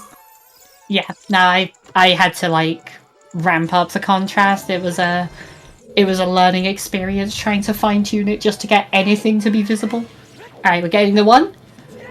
Good, and then 2, and 3. Hell Very yeah! nice. Very Too good. nice. That is, there are some strategies that, like, some tricks in this game, some, like, things that runners will do that, over time you get used to them, you know, the good, clean Baronade being, like, an old joke at this point. Like, at this point it's like, alright, if you do Baronade well, whatever. Most runners, it's like, if you fuck up Baronade, it's noticeable, but it's like, okay, most of the time Baronade is just, yeah, cool, it went well. More for it, you get the quick kill, or it's bad. Those are the only options. There is a good morpher and a bad morpher, and there is no neutral morpher. That strat will never get old. The Phantom Ganon quick kill is just incredible. It comes back to as well, like what you're saying about how Sponge is up there with, in terms of non-speedrunning background and like at all speedrunning background with this game, to be able to have the skills to just pull off sort of speed strats like that consistently and look swag doing it. It's what you say about Sponge. He's really up there, just in terms of pure skills and talent.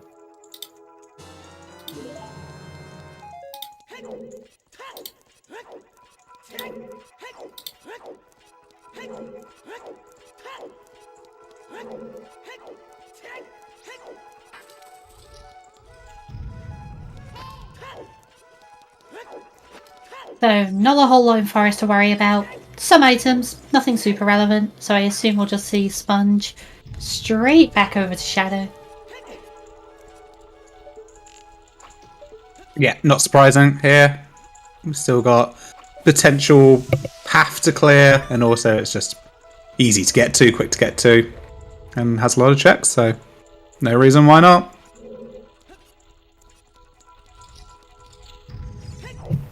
Yeah, Ginger, stop doing other things. Come on. Something like actual like clicking of my mouse. But it's also shockingly loud as well. Yeah, it's this microphone. That's what it is. It just picks every little thing up. I need to work out how to desensitize it, I think. Discord suppression not doing its job properly. No. Well, this is with it on, so imagine. Yeah.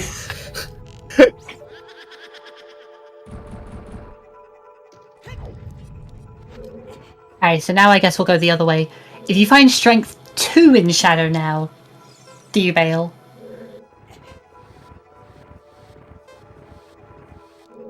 Strength 2. But I guess then you have no... I guess you could head towards the Spirit Temple. You could walk across to the Spirit Temple.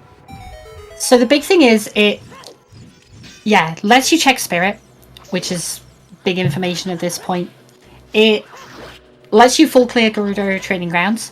And also, the only direction we have for this is Shadow Path to Twin Rover, which could be Strength 1, and it could be a second Strength further in and stuff. But I want to say the answer is probably no. I think the answer is almost always just you just full clear at this point anyway. But that feels like the item you're most likely to just bail on. I think with Requiem being on OOT, there's a benefit for you clearing Shadow because you're pretty much all the way there to... I mean, you need the hammer to complete fire, but if Requiem's required, Yeah. then at least you've done this dungeon. And it could save you time over crossing, potentially. Find the hammer deep in here. Easy game. And you don't want to leave your Feroz Wind in Shadow and then go over to Spirit and be like, well, now I want to leave my Feroz Wind here. Which one do I rule out? Like, either way, it feels terrible on the time frame. Yeah, because then you got to decide if you're going to push the block when you get to the boat, and that just it takes donkers amount of time. Like,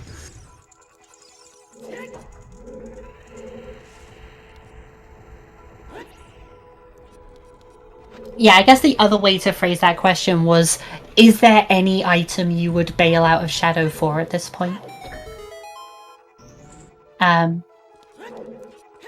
Which I guess the answer is no, but... like what would be powerful enough for you to leave? Like, Strength 2 probably is that most powerful item. Like, Deku Tree gets you a whole dungeon, but we don't know if there's anything going to be in there. Yeah, it's like... Longshot gets you a song as well, which I guess... If you get a Longshot, beat water, get storms, and then... can get bottom of the well as well, that's pretty good, but I think at this point, like, anything you get here is probably only leading to one more item at the most, so I think you probably just finish.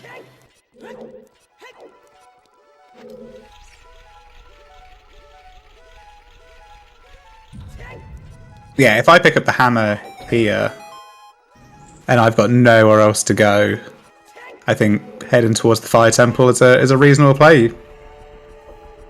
Yeah, was it like Requiem logically 50% of the time needed, or is it more? No, it's logically like 70% of the time to beat the Spirit Temple, right?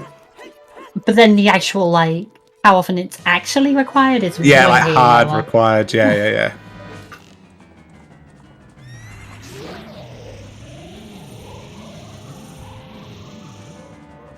Yeah, quite often the times that you get hard locked is having that small key in the lower side, and then you don't pick up any adult keys. And then if that happens, then, you know, it's boss key or item in the child lower side, which chances of that are slim. My absolute favourite one, Strength 2 on the child side checks. Oof, yeah. Too often, I swear to God. We had a Requiem seed. I think it was Challenge Cup that was commentating on, and it was like, oh, is Requiem going to be required? It's like, oh, the Kikiri swords on the arch, and we need to do Deku. Oh, okay, so haven't even entered the Spirit Temple, and I know it's AD now. At least it tells you early. Yeah. Yeah, definitely better to get the bad news up front than stumble across it wishfully thinking. Which I guess does bring us back to our other point here, which is the strength 2 on the frogs, saying about locked away song requirements that it just tells you about. Well, we do know there is a strength there, and at this point, a long shot gives you those songs. We know for a fact one of them is Across the Desert, and the other one is on the Prelude check.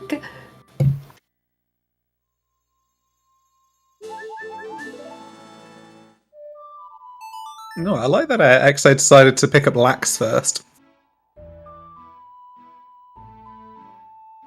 Yeah, that's a very heads-up play, actually. That's a really easy thing to just not even think about here, but... Yeah, 90% of runners do not think of Lax as a check. It's like, oh, I've just entered the Temple of Time and I've picked up an item. Oh, it's the Lax one. I forgot about that. Yeah, about 2 hours and a half in. I mean, beat the 2 dungeons an hour earlier. That's usually the way.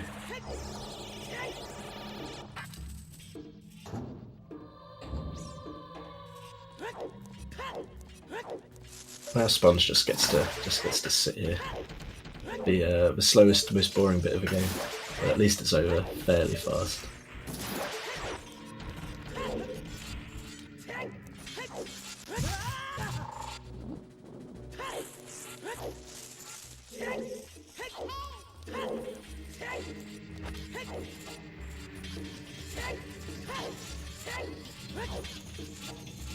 Okay, let's try and... we got a comment in chat saying that this was maybe a little bit confusing, so let's try and clarify what we're actually doing here and what this game is. So this is The Legend of Zelda Ocarina of Time. This is the same game from 1998 that we all love and enjoy, but all the items have been mixed. So instead of finding a hook shot in Dampé's race, the hook shot today was chilling in Mido's house. And we've got to try and beat... the 6 medallion dungeons, which are also shuffled, so it's not just Forest medallion. It could be, like today, Deku was the fire medallion. And we've got to try and beat all 6 dungeons, all 6 medallion dungeons, to get access to beat Ganon and win the game and save the princess.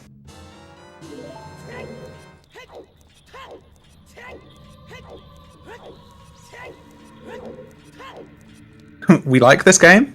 Yeah, it's not too bad. We love to hate on it.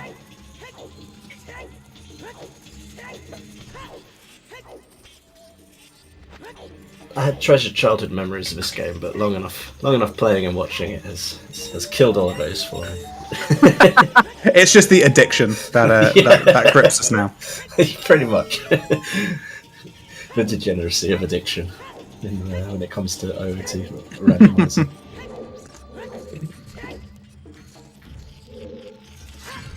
I think it'd be really interesting to do a study that investigates, comparing like personality styles and behavioural traits of people who play Ocarina of Time Randomizer to like heroin addicts to see if there's any kind of difference.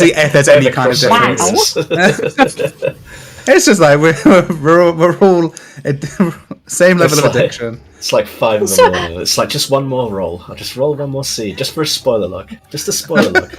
That's all. That's how we're going to get the heroin addicts. This is a really friendly, loving community. Really nice people here. Nothing like Chuckles is making it sound. Well, we are a cult. We know that. Oh no, that's the TSG trackers. Sorry. Talking of trackers, we could not bring you this community race without the work of so many people behind the scenes. We have Lazy and Waylon on the tracking today. They're making sure you know which items each runner has, who's done which dungeons they need to do. We have Sponge and Exodus, our 2 fantastic runners, of course, 2 of the best players in the community at this stage, and putting on an incredible race, so make sure to give them a follow. I am Yoshi. I am joined by Chuckles and Ginger Sunny. Hope everyone is enjoying the race so far.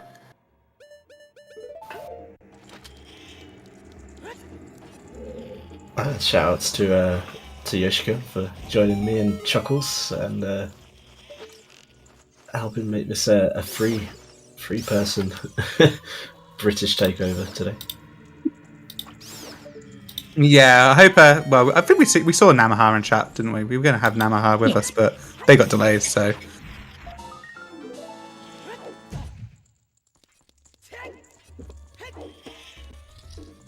yeah, we haven't talked about much British stuff. So that's I did. definitely a win. There was a point earlier where I started laughing though because I went to say something about having a bottle of Blue Fire, and I realised like having British comms and saying the word bottle is a dangerous situation. Bottle.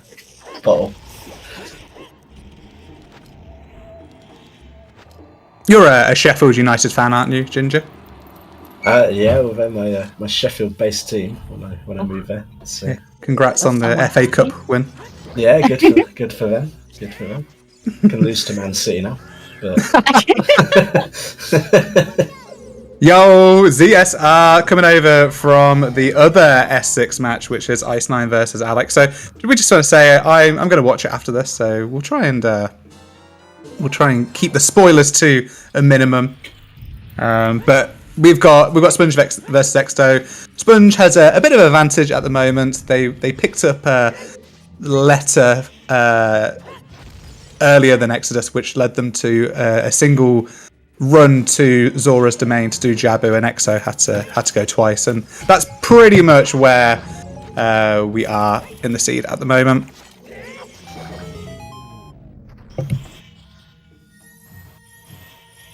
And to note, Incoherent, actually, the UK came second in Eurovision last year, so we're pretty pog. And it is also Mother's Day in the United Kingdom, so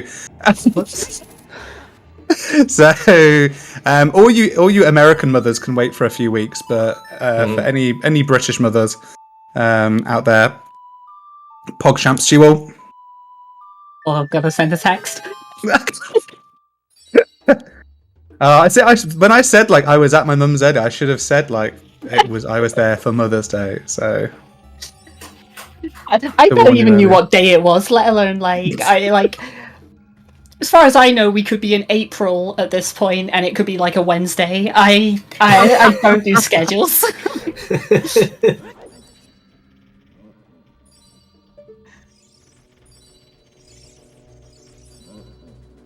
So Sponge is heading towards is in Lake, following the completion of the Shadow Temple.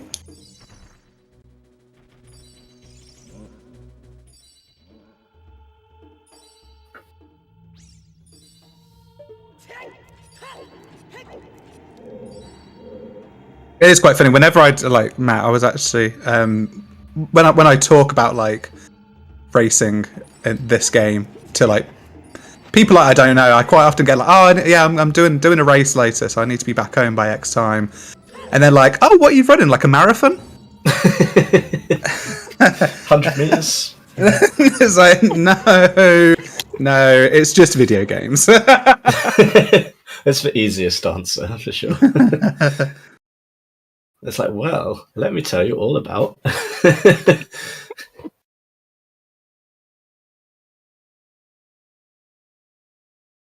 Oh, what's happening? We've got lots of. Oh yeah, I've just had a look over on my phone. I don't have Twitch open, so. No, I do a different tab at the moment. Oh well. Do we need to do ZSR radio? Also, you say about introducing the kind of like the real world to the rando side of things. I actually, at one point last year, a few of us went to a wedding of somebody who we'd met in the community. Kind of went the other way around. Somebody I met through streaming and then got them into rando. Mm-hmm. But at their wedding, we started trying to convince all of their friends to start playing rando with us. Oh wow! Because obviously there's this moment where it was me, Decker, and Levi at Carp's wedding, and there's this kind of moment of, oh, so where do you all know him from? And we're just like, oh, now we have to explain that we know him because we dragged him into some game that's like 20 years old, 25 years old.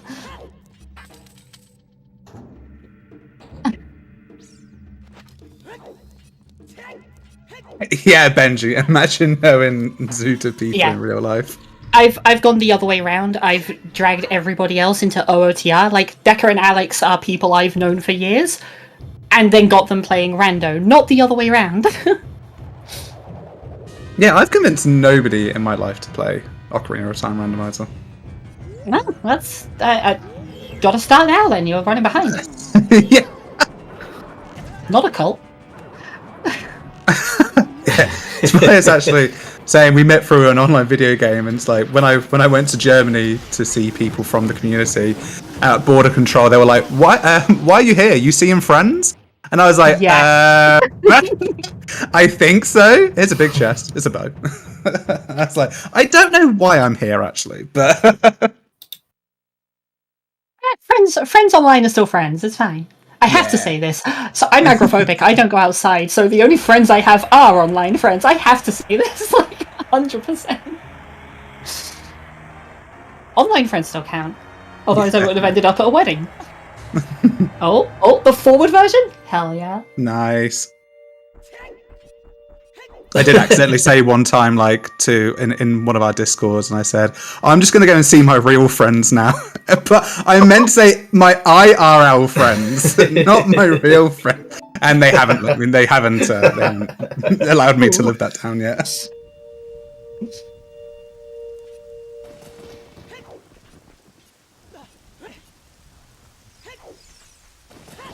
Yo, BK's BK. So that's fun because you've got to use the 2 keys now. You wouldn't have wanted to go through to the Dark Link loop because you don't have Song of Time yet, but I wonder if that's going to be it for Water Temple now for Sponge, and if he's going to head towards GTG.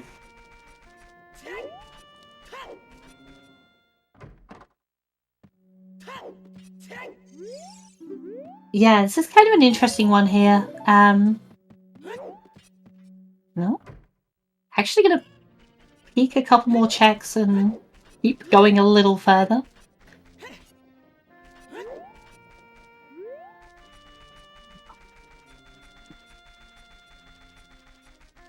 Exodus, meanwhile, I assume is kind of heading in the same direction at this stage.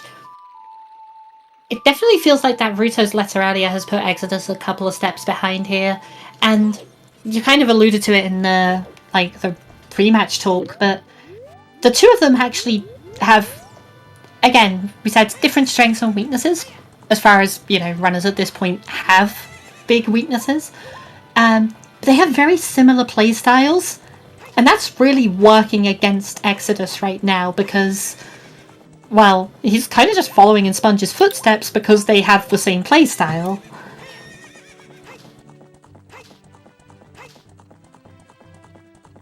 Yeah, and I think the seed has also just driven them down doing the same thing, like just how the paths and progressions have worked out. It just kind of makes logical sense to do what they have done.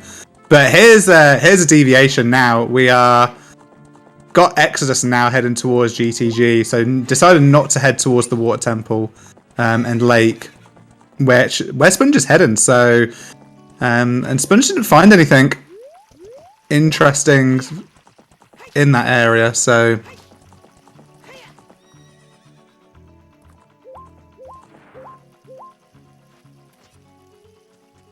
nope, didn't really pay off, so a little bit of that time coming back here for Exodus. Yeah, we'll still have to do at least up to the boss key chest, but finally get to see this. We talked about Valley Lake so much earlier, but no.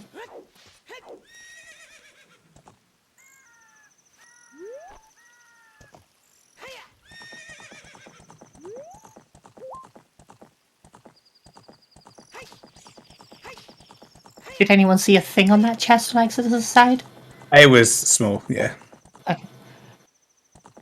See, I didn't see a thing, which means I assume it's a small chest. I'm even going to say, like, I didn't actually see, but you're right. If you don't see it, it's small.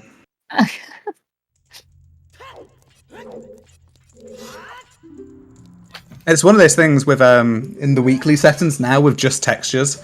that peak becomes so much more of a faff to do it because it's always a small chest. So you've got to get off the horse. Wow, imagine Decker saying the exact same thing that I was going to say. It's Is this the like lukewarm take for today? That I know we've had this discussion before, and I know Decker said it the other day and completely agreed. A bunch of us in my Discord were saying it, but playing textures without size at this point just feels like you're missing a step. Like it's like you play with random size, random size. Jesus, that would be a terrible saying. You play with size matches contents, and then you can choose to add textures to it or not. But playing textures without size just feels wrong at this stage. Yeah, and as Decker was saying, you can find more of our opinions on chess textures, matches, top content, and the weekly settings, and also get a run-through of the Season 6 tournament thus far by listening to the Gossip Stone podcast. Available where you get all good podcasts.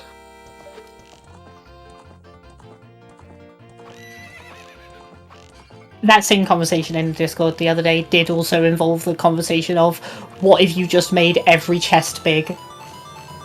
It's basically the same as like vanilla chest appearances, except you can do all of the jumps that big chests give you. Mm-hmm. Like, it gives you Gorn City Maze and nothing else. Enjoy.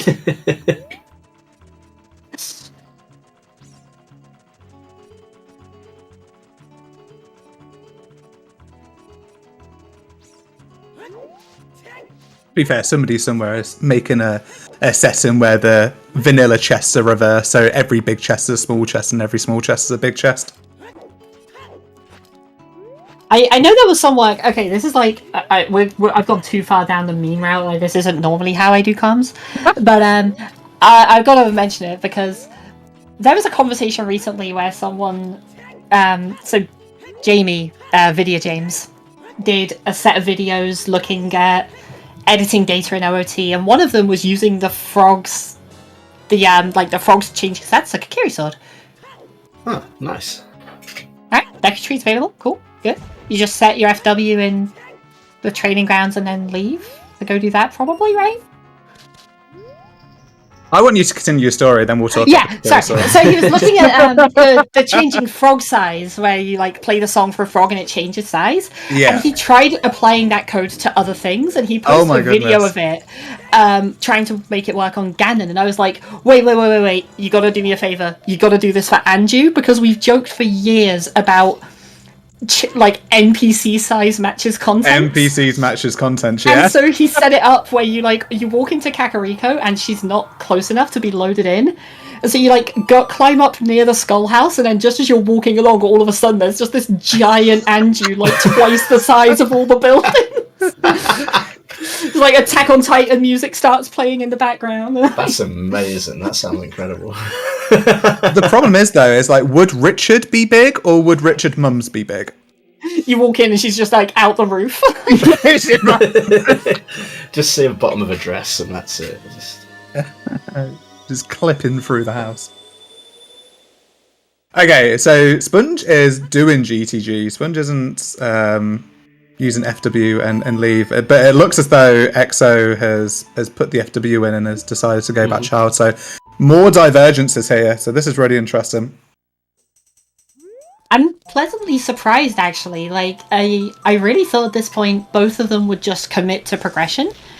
I say pleasantly surprised because, I want to see divergence. We want an interesting race. We want more things. But I really thought they would both just push the progression here on the grounds that, yeah, you get a lot of information out of the training grounds, but Deku Tree is also a very strong play, and the only argument I could see is if Sponge wants to cross after this in the hopes of getting Song of Storms, then makes that child section far more efficient. But you don't want to do that when you're leaving behind this massive, strong part of your adult play as well.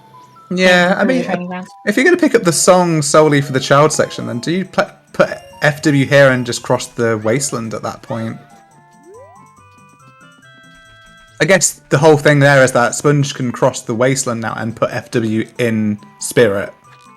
Because you know you're not going to potentially pick up Requiem. Because there's no commitment that you're going to be doing Fire. Yeah, and I think at this point, that's probably Sponge's consideration here, is leaving the Feroz Wind in Spirit. The only issue with that is committing to the whole of like Gerudo Training Grounds with one strength upgrade. Yeah, you're and not even leaving doing behind all that of it. strength 2 room. Yeah, I'm not surprised EXO has left, because when we had that instance of EXO picking up Ruto's letter and like could do progression straight away, that is what Exodus did. He cleared up the rest of the area that he was in and then went to his progression dungeon, and Exodus has had the same mentality here of getting the Kokiri sword and pushing that progression straight away. Oh, and there's a mirror shield on Goron. Okay. Wow, on Hot Rodder. Child Goron City strikes again. So that is a huge one. That is very easy to miss, because that's been available very early. And, you know, we kind of said early they didn't have a lot of checks available. They've kind of been bottlenecked from one kind of check into the next, one item to the next, to the next, to the next. There hasn't been like a wide open thing. So something early that's very easy to just walk past at this point is a real sticking point in the seed. Yeah, I guess you're playing Minuet to get here, and then do it. I think Child Goron City has been so big. Benji said like S6 has been season of Child Goron City, and it has just been this season. Child Goron City is just huge. I think this is the best time you're going to be able to clear the whole part of it, and therefore doing this now is appropriate. I think Sponge will do it. That explains so much. Sorry, I have a lot of opinions on Goron City in the same way I have a lot of opinions on Ice Cavern. Do you want to It became a running joke. hit us with it? Go on. I got Alex into Rando. Obviously this season Alex has made, and we're not going to touch on the other race, but everyone who came over from the ZSR1 raid was just watching Alex in the main tournament. Since I got Alex into the game, he's just always beelined to Child Goron City. It's like his play, and it's been this ongoing thing of like, Alex, why are you going to Child Goron City? He's like, it's 3 checks, it's good here. I'm like, you've got like 8 checks next door, why are you going there? It makes no sense.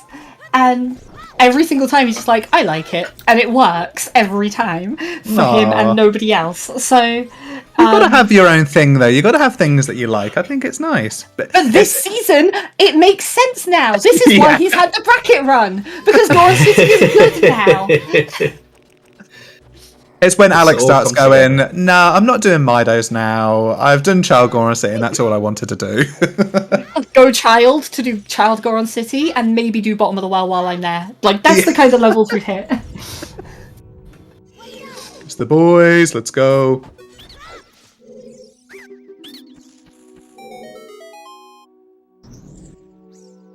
So, right now, we don't know who's ahead. It's impossible to say. But Exodus is pushing progression, where Sponge has cleared up more of the Gerudo area, which is where Exodus just was. So right now, Exodus still has all that time to lose. Exodus, if there's nothing in Deku Tree, Exodus's next play is to go back to Gerudo Training Grounds, and at that point, Exodus has lost time, leaving and re-entering. If there is something in Deku Tree that leads to the next thing, then Exodus has gained time by doing this. So right now, it isn't a thing of, oh, this person is ahead or behind because of this play. We haven't seen the result of this play yet, so we cannot say that yet. Saying if somebody is ahead or behind at this point in Rando is kind of like being day 3 of a test match, where you've scored some runs, you've got some wickets, you're in kind of the third innings.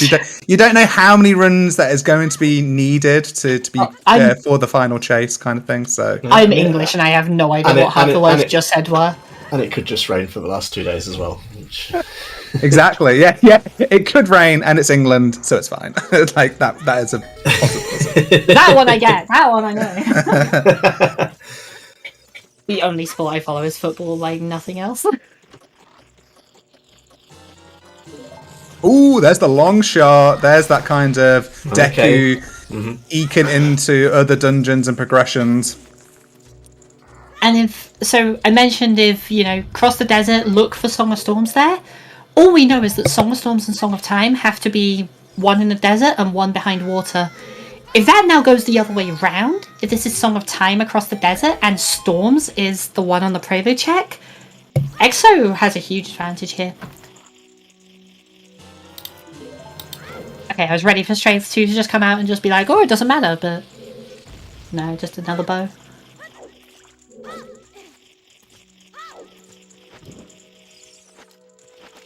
Yeah, the three Brits that were in this tournament are out of this tournament. So Decker's right, we're bad. Yeah, no, absolutely not wrong. But we do make the best commentators. Ah, yeah, they're good at talking about the game, just not as much heritage at running the game. I don't even just mean that with us. Like, if you look at every game I follow, every competitive game I follow, the best commentators are the English ones. Like, it's legitimately, I don't know why, but British comms tend to be really good. When I first joined the Gossip Stone podcast for the first time, it was with Jimbo, and Emo was like, Jimbo, it's good to have you on for being a race mod. And Chuckles, it's always good having a Brit on the podcast. Yeah, because I stepped down and you joined, so...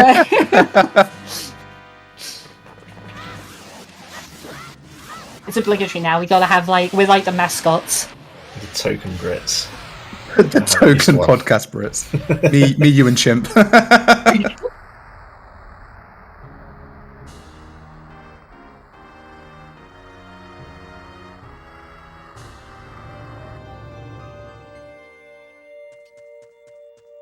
Oh, gold scale. Gold scale? Sure, why not? I'll take it. Can't think what difference that would make at this point, but... Yeah, 100% 5-second time loss picking up that scale. I'm actually genuinely trying to think of why that would matter now. I guess it's faster if you do lab dive, but that's... Yeah. That's it. That's it. That's the only thing. There's nothing else. It's not faster for any of the strats in water, I don't think.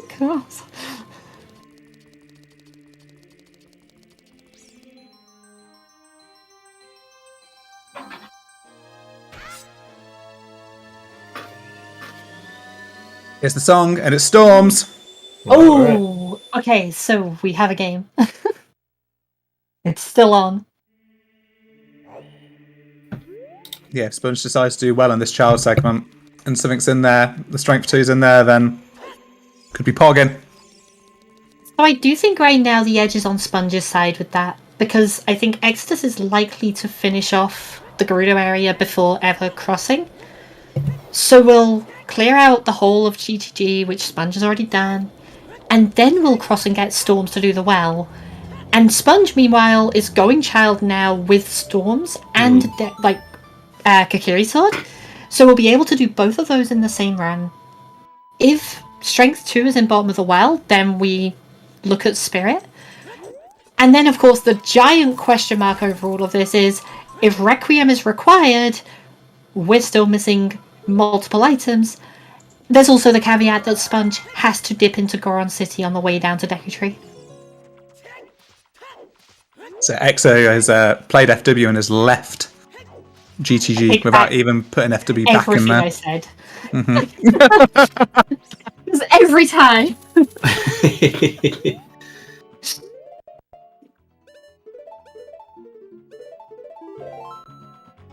Look, as commentators, all we can do is speculate on what the runners might do.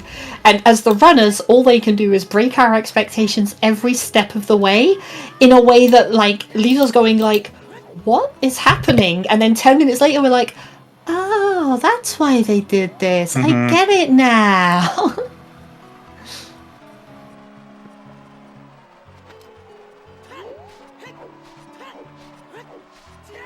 Burning Kake's Serenade.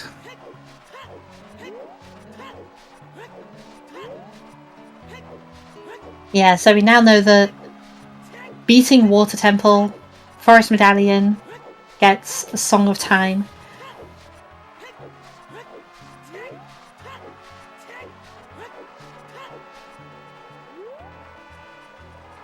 So that's fun if Strength 2 is on the river chest. Oh! Felix with a good point in chat, actually. Yeah, we know the strength on frogs. The songs are available. Mm-hmm. So it's just a question of whether or not Requiem is required. Ah, yeah, very true. Yeah. Yeah, we don't need to be concerned about that. That's why he's left at GTG. Yeah, so pick up this song and then beat water. And then you get the Song of Time as you go child. You go child to get your strength 2. Yeah, this is actually really good. This is really, really strong play here. The only downside to all of this is I think if I was in Exodus's position, I'd have kept the Feroz Wind in the Gerudo training grounds to then drop down to do water and hope you can get the boss key without Song of Time. well, you'll need to be able to get the boss key without Song of Time because it's on. Well, we know that, but Exodus didn't. Oh, that's true. Yeah, very true. But yeah, so I think I would have wanted, though, to drop down to water from the Gerudo area. Mm-hmm. Because now you have to ride over.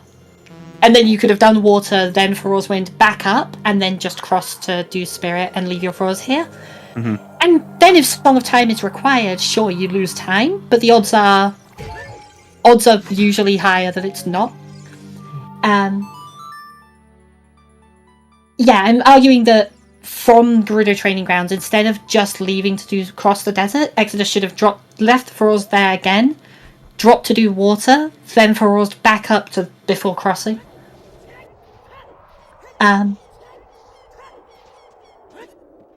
But yeah, minor difference. At this point, you ride Epona over and you see if you can beat the game.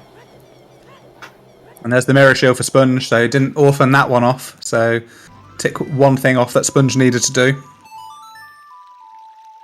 And so Sponge is going to be in the same position. Sponge is going to have to go adult to get Song of Time.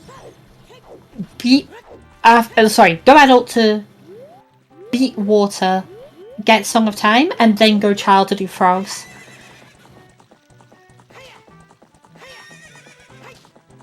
Yeah, and Sponge, to be clear, Sponge has got the BK in water as well. So it's kind of like Exo has to get the BK in water and Sponge needs to do Deku. And the boss key in water was vanilla, wasn't it? Yes, it was, yeah. So a lot of this is going to come down to... Firstly, does Sponge start skipping checks in Deku Tree after getting the strength? I guess it was at the top, so there's not really anything to skip at that point. Yeah, it's in the compass room, isn't it? Whatever it is, the top room. So you walk past the basement chest, and you can kill Queen Goma.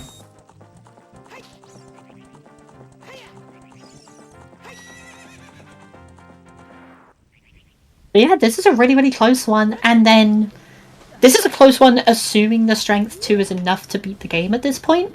And then there's a world where it isn't. Yeah, it could be Requiem required for AD. It could be light arrows in a funky location. But even those funky locations are limited to like fire and strength 3. Yeah, Exodus is definitely with the edge right now. But yeah, there's definitely Requiem or light arrows can still cause a lot of issues in this.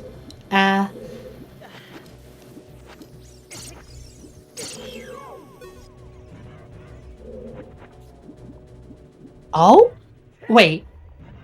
Exodus just saw a key there and left? And left it, yeah.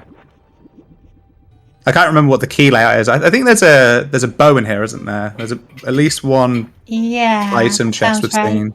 So I don't know how many. We know there's a key in the central pillar. I don't know if that adds to that calculation.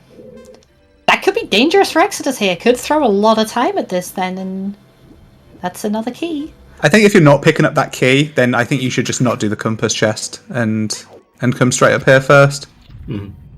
I think I agree, yeah.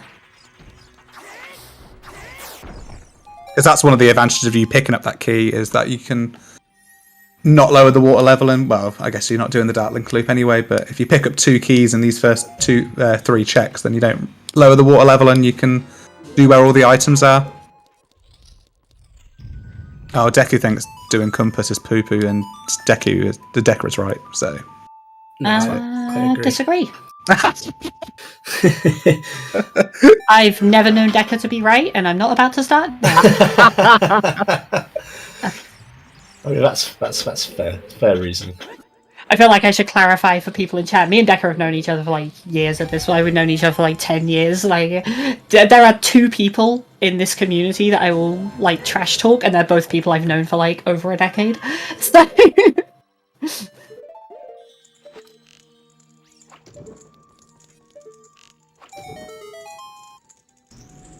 Whereas I'll just trash talk anybody, and then when people start trash talking me, I get very upset. Exactly. like to dish it out, but can't take it back. Yeah, I can give, but can't take. That's why I don't trash talk people, because I know that I can't take it. Except for you're the better person. Well, actually. You're the better person than you. Better way around to do it.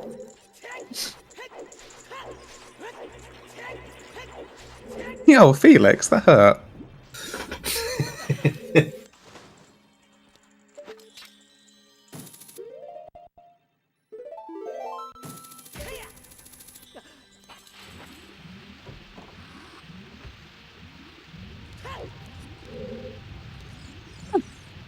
That's a good shout there from Fenris. Yeah, both getting both percent just from different chests at the same time.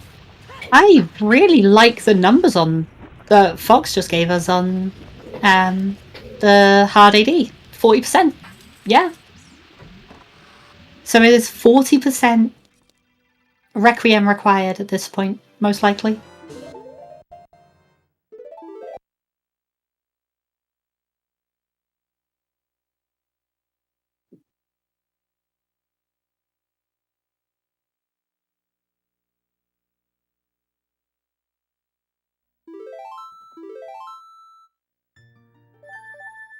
Alrighty. Exodus with a boss key. Sponge with a dead spider.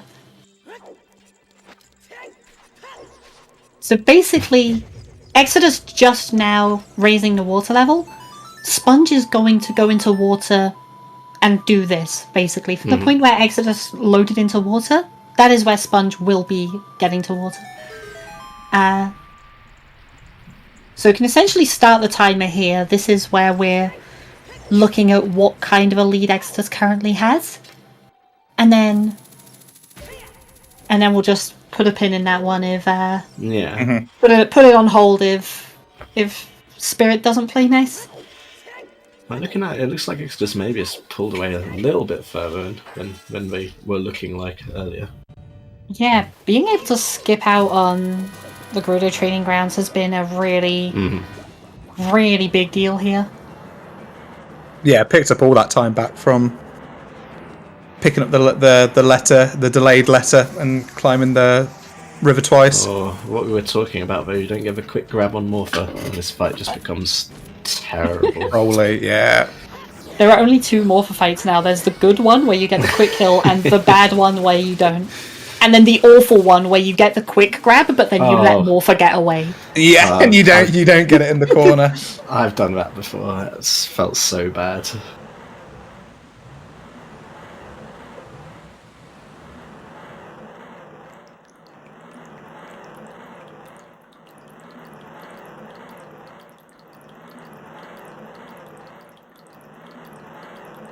Yeah, we've kind of noticed it a little bit through the seed, but you know, both these runners and their execution is top tier anyway. But it has been Sponge a little bit better on the execution front than Exo. There's been a couple of times Exo's been yeeted and missed a couple of things, but still very, very, very good. Oh, still elite. But I mean, Sponge has been, even by Sponge's standards in terms of execution, has been on point throughout. Mm-hmm. And I think a lot of that also just comes down to kind of play styles and confidence a lot of the time. I feel like Exodus is more likely to go for a slower strat because if I mess up, it'll cost me more time, than Sponge is, where Sponge is like, potential time save, I'll do it.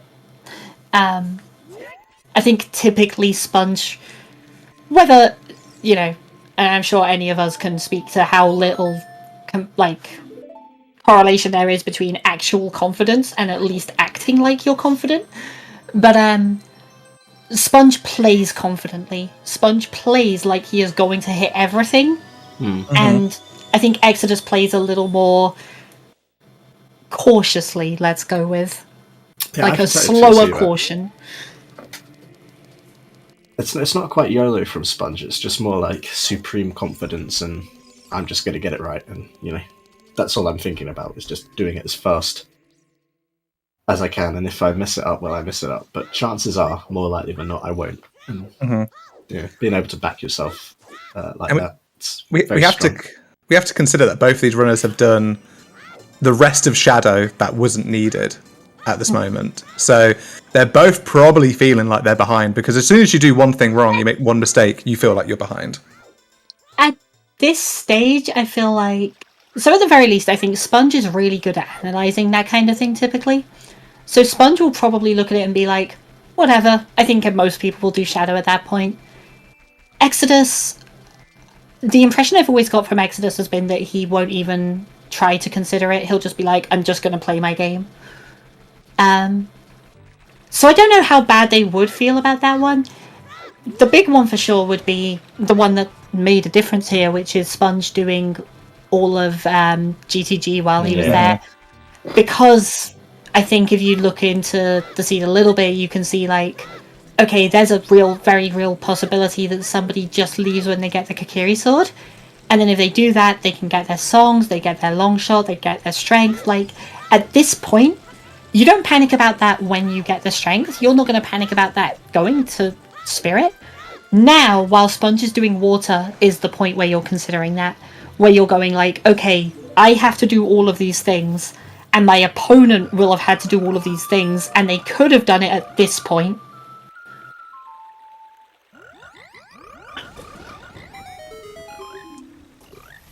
Alright, we're going to be playing some songs to some frogs. So let's get pumped. We're seeing Jamie's frog enlargement code in practice. Don't phrase it like that, please.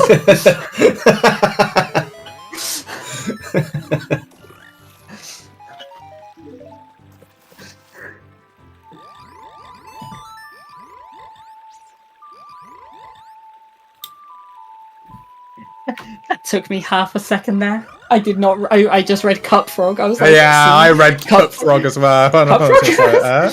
See up. Oh. I read Cup Frog as well. Now I get it. I was like, what? A Cup Frog? Who's Cup Frog? What have they got to do with anything? Also, the frog on NPC matches contents, if you shuffle the frog rupees, would have to start at this size and then grow even more.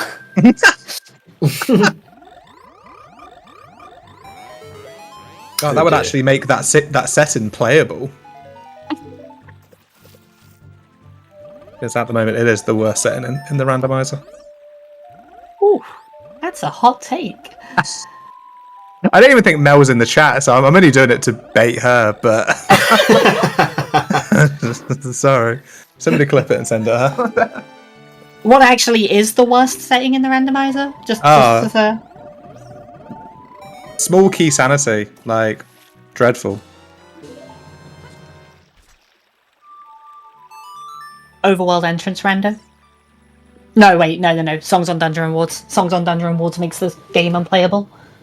No, I can't wait for the weeklies to have songs on Dungeon Rewards. Everything is just a bottleneck. It's just a bottleneck. No. You just point A to point B to point C, you're done. You just follow from like straight line start to finish. Hate it. AD songs on Dungeon Rewards is the next weekly settings. God. Chuckles, just leave it, Chuckles, no more. People might hear and get ideas, and then it will be introduced. And we'll all hate it. Actually, Bitter Crimson Okay, is okay. right. Shuffled silver rupees is actually the worst setting, because like I hate small key sanity because you need to find it like keys to open doors. But imagine having to find 5 keys to open 1 door. It's 5 times as bad. Yeah, that's I've only seen it once in action, but it was God. You needed to go into the toilet because it has silver rupees in it, so there's like a ton of items, so you had to find all the silver rupees to go into the toilet to it was vanilla keys and there was an item in spirit, so you needed to do adult silver rupees and terrible. Disaster. That's so grim. All right, let's see if we can see any Hey. small keys in here. This is the point in the seed we've all been waiting for. Drumroll. Is it Requiem AD? Is it the 3rd seed in a row I've commentated that it's Requiem AD? That is Well, a good start. It's a good start. It's not it's not confirmed. No, but it's a start. I should say that is a good start for Exodus. Yeah. Yeah. At this point, Sponge is hoping for the AD. I think. Yeah. I tend to autopilot to talking about whoever's perspective we're looking at. Yeah, it is good for Exodus. If you want Sponge to win right now, you're hoping this boss key is nowhere to be seen.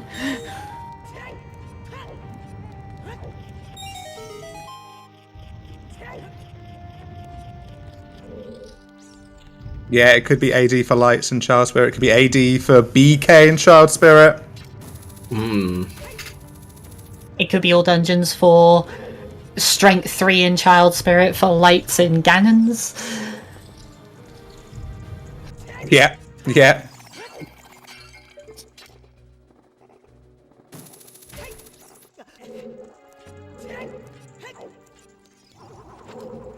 Also, go back to the silver rupees conversation and the toilet. The worst part of toilet is collecting the silver rupees. The actual check is fine. There you go. That's my sassy opinion. Oh, for the day. wait. Sorry, you mean the silver rupees in the lava room? And the silver rupees in before the toilet is Yeah, the like worst in the- part of doing toilet. Is it lava? 'Cause I was- Oh yeah, it is, isn't it? Sorry, you said collecting the silver rupees, and I was like, is like the Which worst ones? part of it. I was like, well, Oh yeah, that is sorry, the that's check. a good point. Yeah, sorry. Yeah, the silver. Of course, yeah. I'm confusing myself there.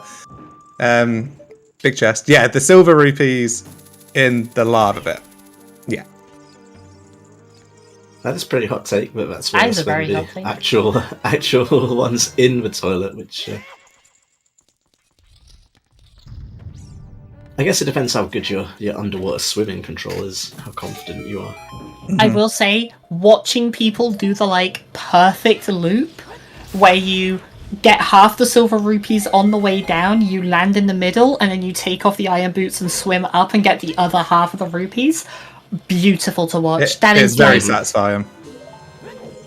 another one of those strats you mentioned, the quick kill on Phantom Ganon earlier. That is another one of those things that just like anytime I watch someone do that, it's always impressive.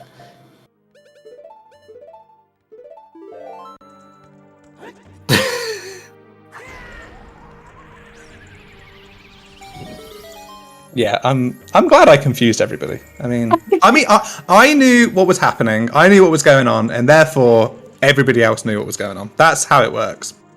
Always. I got that pretty quickly. And then I said, do you mean the lava room? And you were like, what? And then I said no. That's where the confusion really came from. Yeah.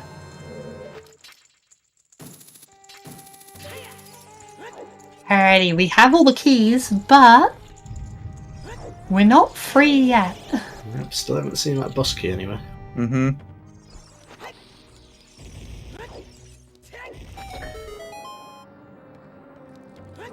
To be fair, there's still plenty of checks for it to turn up. It's looking pretty bad for the AD believers. Exodus doesn't have the big Goron sword. It's in GTG, and that was the area that Exodus has skipped. And yes, Doc, we do have info on lights, but Ganondorf hasn't given us that information yet. And that's a no then.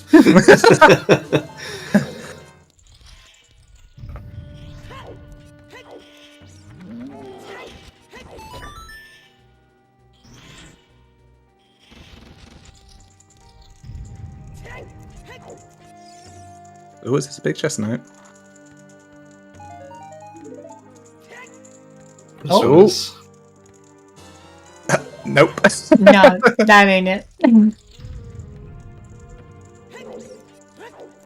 We had the hint for the Colossus left hand, but not the right. Yeah. Okay. And I don't know if we could see. I don't remember seeing anything on the right. Yeah, I didn't look at the peak, so we never know. They might know, the runners might know that the BK is just chilling here on the right hand. Oh yeah, in which case the suspense is misplaced. Best way over, potentially. Oh no. Nope. Okay. Oh. Well. We're running out of checks. We've got the sunblock room, and we've got upper spirit. Interestingly, Exodus not going across there. I half expected to see, given that you now have enough keys to beat the dungeon, I half expected to see a Feroz Wind to come back to this side and this check, and then go over to do the sunblock room.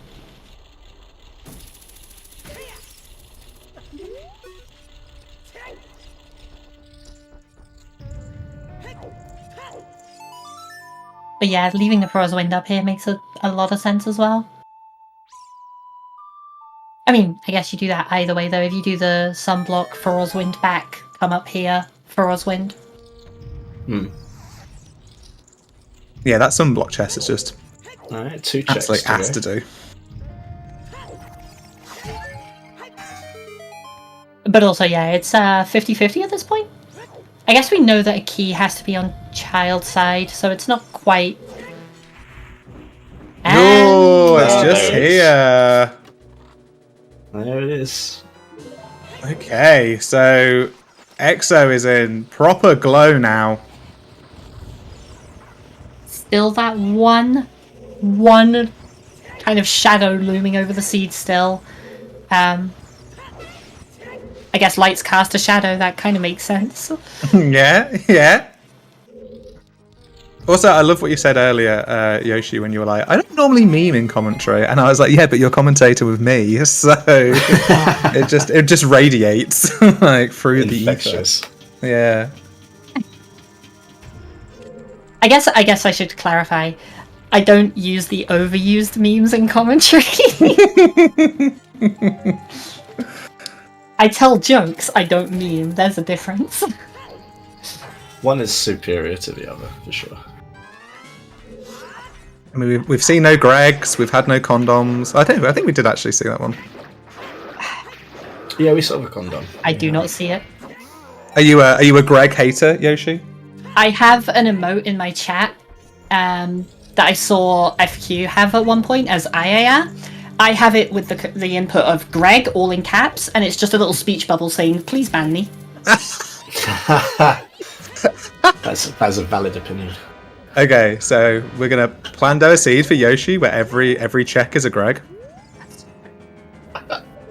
That does sound terrible, to be fair. To be fair, that's what pot sanity is. Everything's just bloody green rupees in that setting. It's better if you make it Master Quest, and then when you pick it up, Master Quest GTG specifically, and then when you pick it up, it tells you you're a loser. Yeah, the loser Gregs. Okay, bet open for light arrow location. So let's see how trashy we can get with this. I think if you're going to say light trial, I think you've got to be specific, I think. Yeah. Obviously, Hammer and Strength 3 both missing.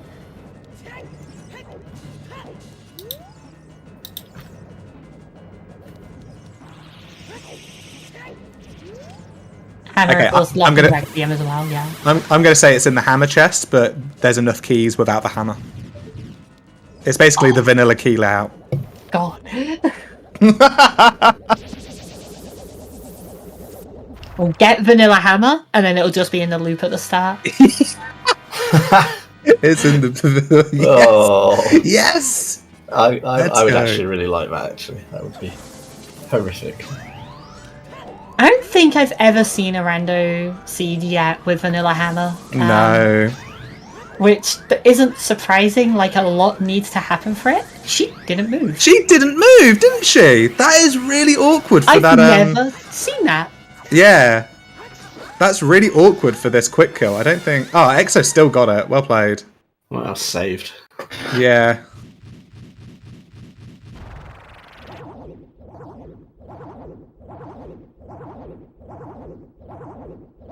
That would have completely thrown me. I'd be like, yo, what are you doing? Why aren't you moving?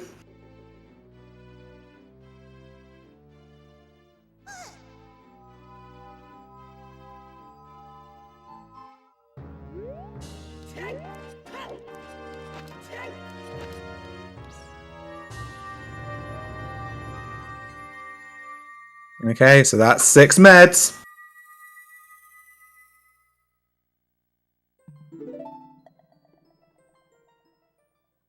Sponge got the BK. I don't know. Did Sponge? I wasn't watching Sponge. Did he climb straight up the top, or did he do the check the hand first? I don't want to think say he didn't go out to the hand, but Yeah, I I think don't he went think- into the room. Yeah, I don't think he... Oh, he did hand checks. Did you hand? Okay. He did hands. Just Wow. really damn fast. Yeah, that Yeah. was super fast. Mm. He did So have fast we didn't even see it. did have the big Goron sword, so I guess the Iron Knuckle was a bit quicker, but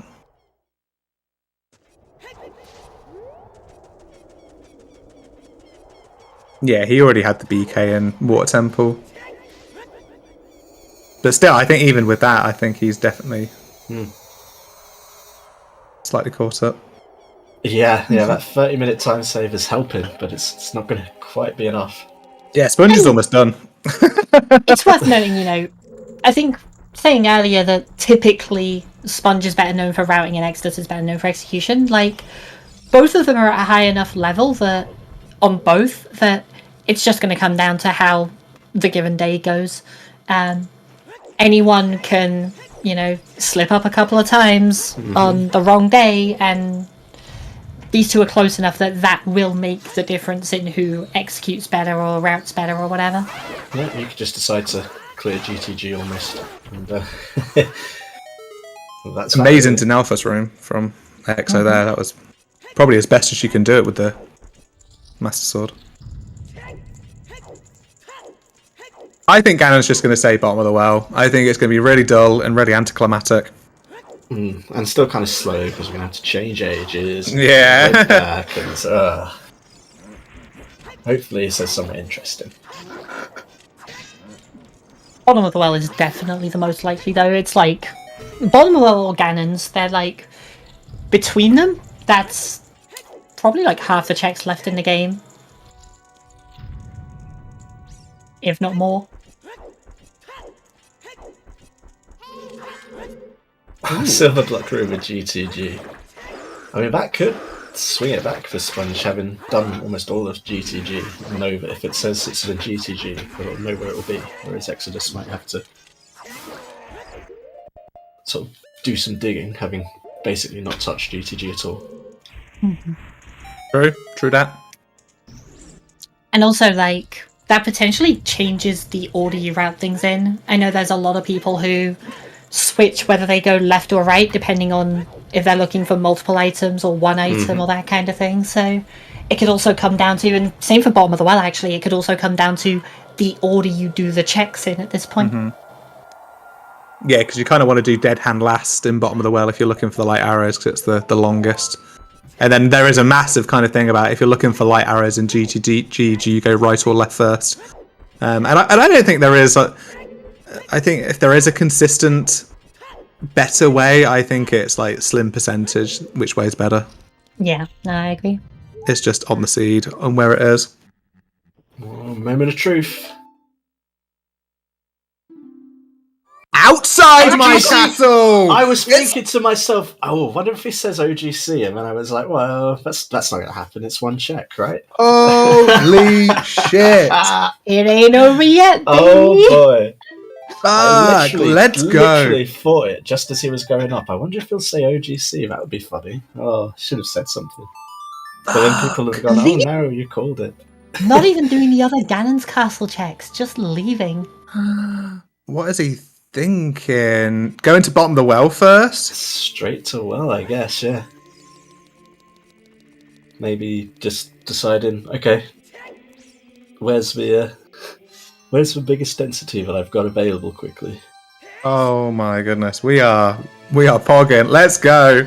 But this is really interesting to me because we know that Strength 1 was Path to Twin Rover. The other Strength 2 on Frogs was available as, like, just was easily available by going through and getting that one. So we know that it has to be locked by at least Strength 2, right? So Is that actually... The BK was in the back room in Water Temple, and I don't think we saw what was behind the strength checks there. So is it likely that the strength blocks the keys in Water Temple to get the BK? And makes the Frogs 2 check. Right, yeah, you're right, I think. Yeah, one key in the Dark Link loop would do that, which would make sense at that point. The other thing I was going to note as well is, I think it's logically all dungeons, right? We were missing a key in Spirit. Yes. And I think the keys that we found had to be locked by 3 and 4 respectively. So I think it's 100% like it's all dungeons.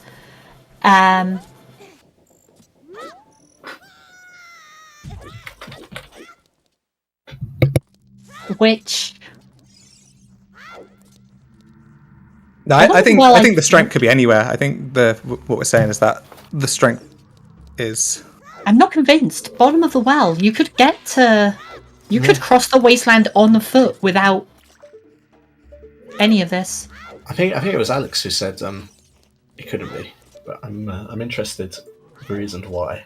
I'd quite like to just know for like learning purposes. Hammer and it's in fire. Yeah, that could be, but not strength.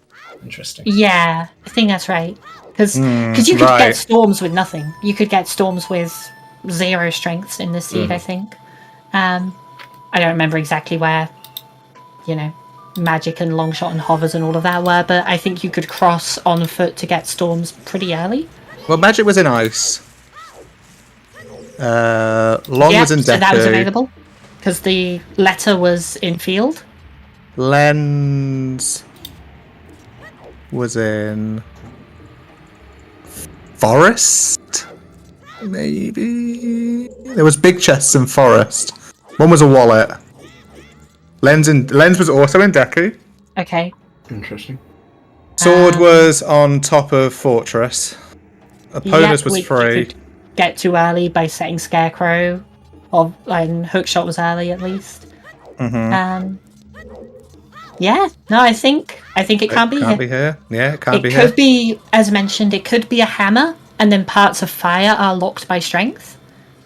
There's a big chest here on Sponge's side. Oh. So obviously all of Ganon's is locked by strength too, because you have to beat Spirit to get here. Oh my god. Talk about hammers. It's not hammering well, we know that much. Alright, so well isn't going to have much, yeah. Oh, this looks really bad for Exo right now. Case. Not what Sponge went to see either, admittedly, but... No, Gav, they just went straight out, didn't do any inside Gan's castle. Yeah, that rushed straight definitely to the well, surprised me, but... which seemed an odd choice. I guess if well, it'd be interesting to ask about this one, because I'll be curious to know how much Exodus was reading into the logic at this stage and how much it was just, okay, strength is path, move on. But the well is by far the best density at this point. It's the most checks in the fewest time, without a doubt. Well, that's the second magic. So ice and magic was required. Ice and magic. Yeah, straight to fire for you know what I meant.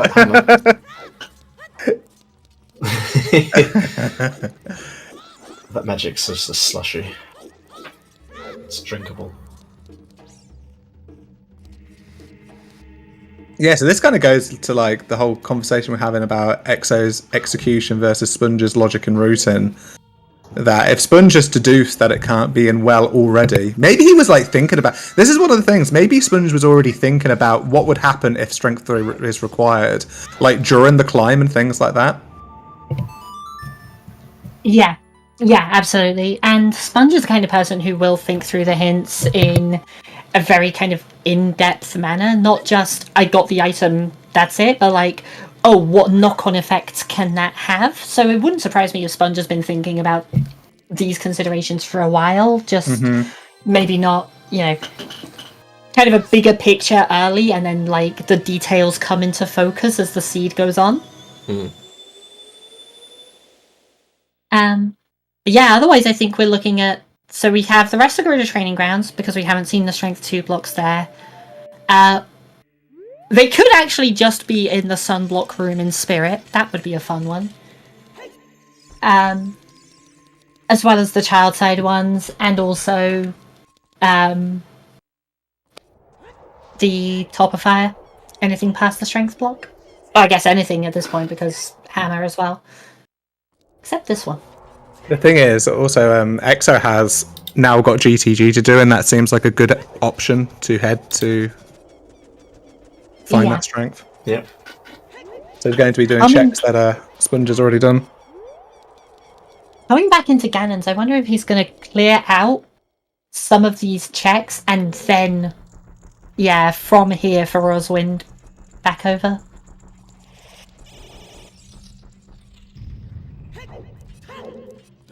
God, we ended up with a hell of a race on our hands.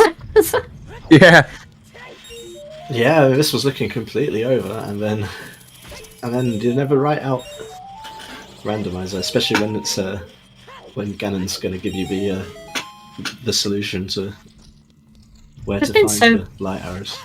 Back and forth the entire time as well, because we had, the part earlier where Sponge got the letter early, and it was like, oh, well, Exodus is just losing time here. They're following the same path. They're like, it's just falling behind at this point. And then Exodus takes ahead by skipping out on GTG to go to Deku Tree. And then now we're in this hunt where who knows what's going to happen. They're going in completely different directions with only a handful of things really available. If Exodus's next play is the Garuda area, this is a wide open race. Exodus goes to GTG, and it's in the Strength 2 block. Because we know that it, logically, it couldn't be in the non-Strength 2 areas, right? Because that would negate the path in the same way that Bottom of the Well didn't go with the path.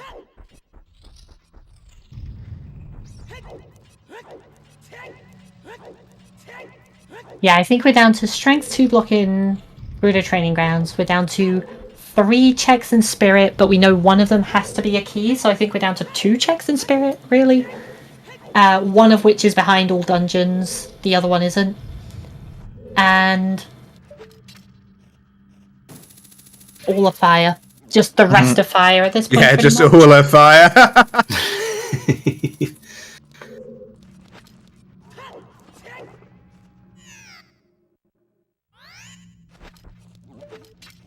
Oh, true. The hammer was... Yeah, no, that's a good point.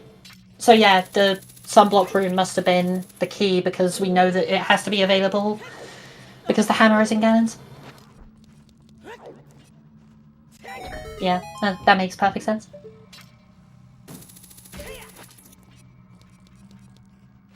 Yeah, that's true. Yeah, this fire pushes towards the Requiem, so you're kind of getting double bubble. Mm-hmm. And there it is, yeah. It's just going to follow along with Bolero here, so... Not going to see a ton of divergence on this one. Interesting. We've seen a sort of 3-minute swing for, more than that, 3 minutes ahead for about Exodus, roughly. Now it's roughly the same for Sponge, so...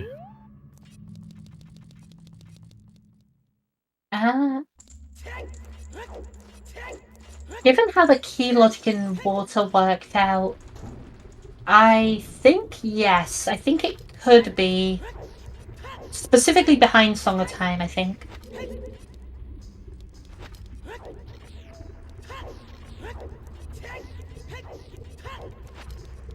Oh, did Morph have a key? Pass. No. I don't think so. I think it was a blue pea. That's what I think as well.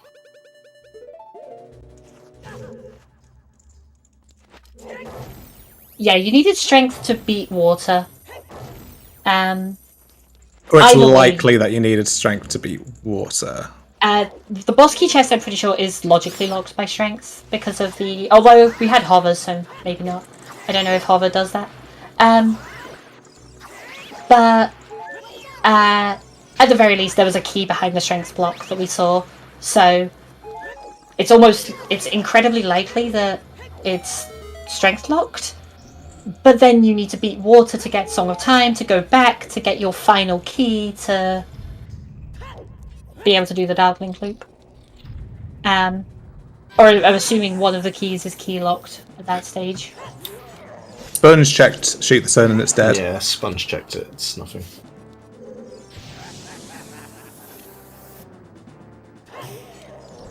And yeah, it's my worst nightmare as well. Heaps if I was running this seed and I got to this point. I'm like, it could be anywhere. Yeah, panic time. The fact that they have a lot of information, I think, is the one thing that gives this a saving grace. Like, I'm a big fan of seeds where the logic actually, like, really matters, where you have to read the logic successfully, and I don't think they happen very often at this stage. This is definitely one of them. If you are good at reading the logic, you are rewarded in this seed. And for sure.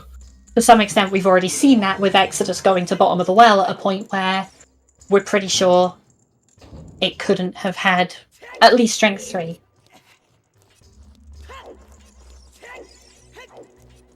Yeah, kind of the logic really narrows down the search, which is helpful. And with what we've kind of deduced, I mean, as 200 people in watching seeds, let alone playing it at the same time, which we know is a difficult thing to do.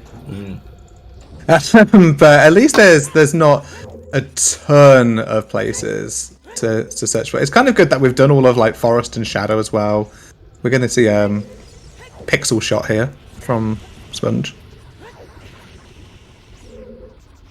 It's a different-ish setup to what I've seen.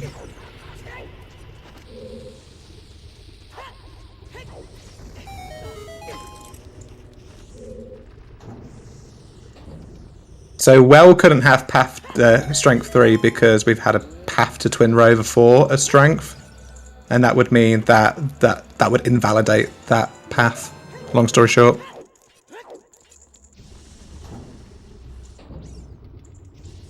Sponge not quite getting it.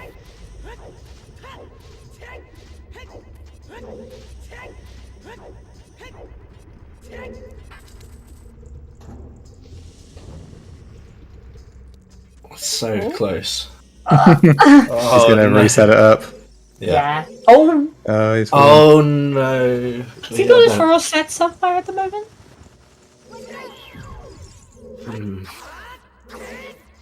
We had this in race yesterday that I was commentating on the. It was in the NA Weekly. We had one of the runners on Restream did the exact same thing. They were trying to do Pixel Shot, and they managed to fall down twice and had to climb back up. And then they gave up, and then they went to carry on, and then they got bodied by the boulder. Oh no! Yeah, it was bad. It felt very slow. We've not been to Child Lake the Seed, so we definitely don't have Pierre.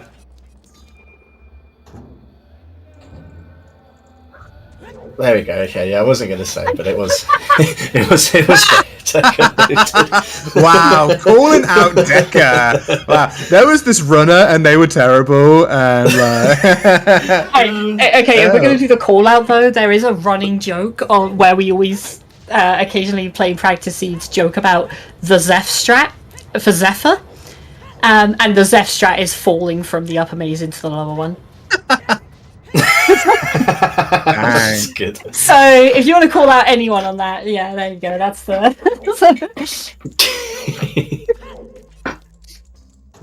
Sponge. God, what was this earlier about the me? pixel I don't shot. trash talk people. Yes, yes. You were like, I only do it to Deca, and now you're doing it to Zeph. So maybe there's a third person. Just keep adding people to the list. Oh, Felix as well, every time. Yeah, Felix is just an easy target, though. I feel bad. It's like bullying the unpopular kid at school. But we love Felix. It's fine. Wow. I'm not saying that Felix is unpopular. I'm comparing it to an easy bullying scenario. I'm gonna close my mouth.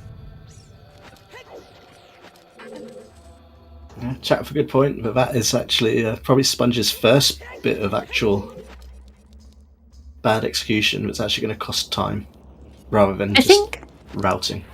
Yeah, I think dropping like pixel shot isn't the worst thing, and we can't say it's time lost at this point because we're gonna see Exodus do it as well. That's true. It's true. But the specifically the part of falling into the maze, trying to realign it, that feels bad. Yeah, because taking a while doing pixel shot is just natural. Like, ooh, this is a different setup. Oh, to, that's a new one for me. We know EXO is kind of king of setup, so did a hookshot extension there as well.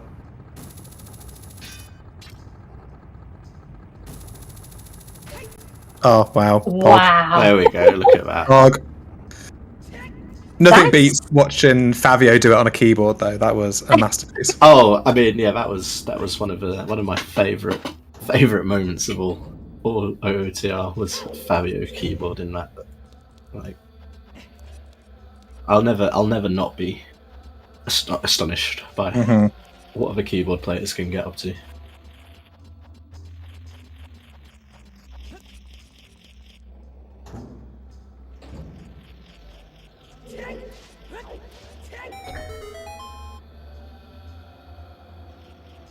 So Sponge still ahead in the fire climb.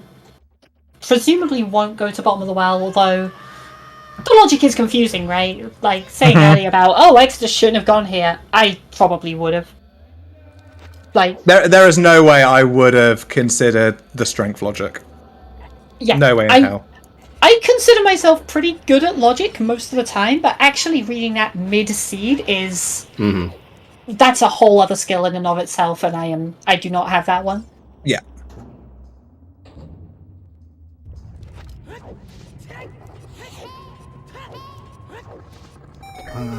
Yeah, that's kind of handing some of that back there from EXO. I tried to go through the door, but didn't have the key. Misjudged, miscounted. It's very much easy. I'm assuming EXO uses Soli's tracker as he's the current one of the main maintainers of that, and it's so easy to mark like that. These are small keys, and to think that you've already got it. I think that's just the thing with like the kind of chest-sized textures. Anyways, it's just being able to like look at your keys and be like, oh, I don't need that, that's fine, and then just in your mind you're keeping track of like, oh, this many keys to do this and this many keys to do this, and actually like then taking that second, especially again high pressure situation, final steps of a like big tournament race where you've already been playing for 3 hours and you've got to be panicking at this stage, to just not find that opportunity to look into the corner and be like, oh, I'm at 0, not 1. Yeah.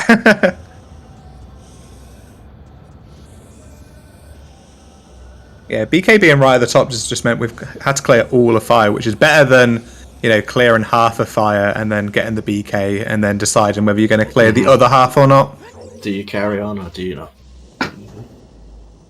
This time we have no choice. Just clear it all.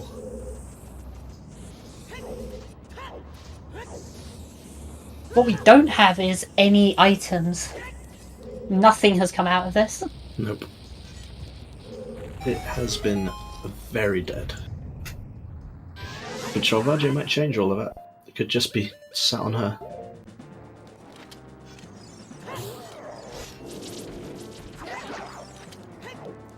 actually have a good point. Yeah, like what items Well, realistically would it be? We are missing A 3 slingshot. bottles. There are more bottles there are and a more slingshot. checks in fire than Child Spirit. It was more likely that the Strength 3 was here.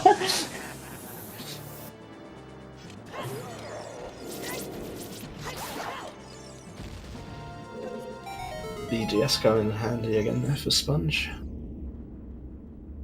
Yeah, actually saving a notable bit of time there. I kind of, I kind of meme on the memes about Big Goron Sword, but this is one fight where it makes a very notable difference. Mm-hmm. Yeah, you miss out a whole cycle. Is it? Nope. Not the strength. Okay. So now you can pick up Requiem, and now you can do Child Spirit, Yep. which of course hits our criteria.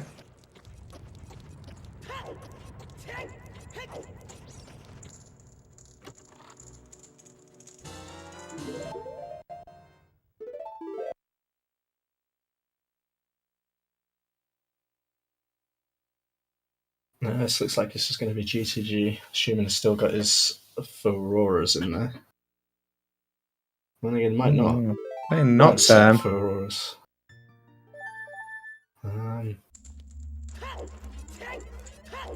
Picking up Serenade? Presumably. And then... So that would indicate going into water, GTG? Oh, now it's Prelude. Yeah, I think it's still a play towards Requiem, but then if it's not there, you can go over to GTG afterwards. Although, if you're getting Requiem, I don't know why you wouldn't. Oh, Gab's saying you get Serenade to get AD quicker. Oh, that makes sense. That's right. Take Yeah. the owl, get you there faster than walking out. That's pretty big brain. I mean, we're talking like seconds, but Yeah. we've got a lead of 2.5 minutes, and anything can happen still. That means a lot. At least you have Serenade then.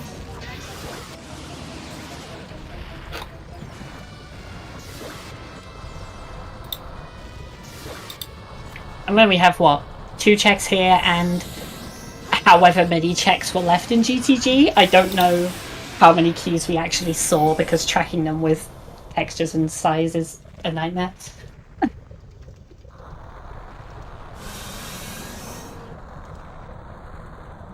Alright, so here's the AD.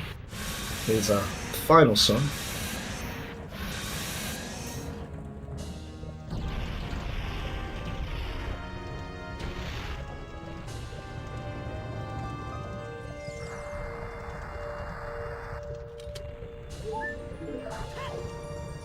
Okay, next. Child Spirit time. Yep, straight to Child Spirit. Wow. Well, that's a good point, Alfalfa. Where are all the bottles? Yeah, it's kind of Child crazy, isn't Spirit, it? probably. And then what? Yeah, they're all in MMR.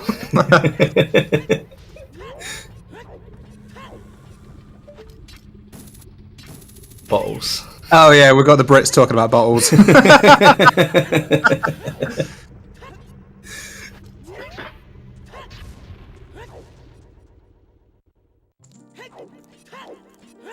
So EXO still hadn't did this OGC, this hammer fairy check.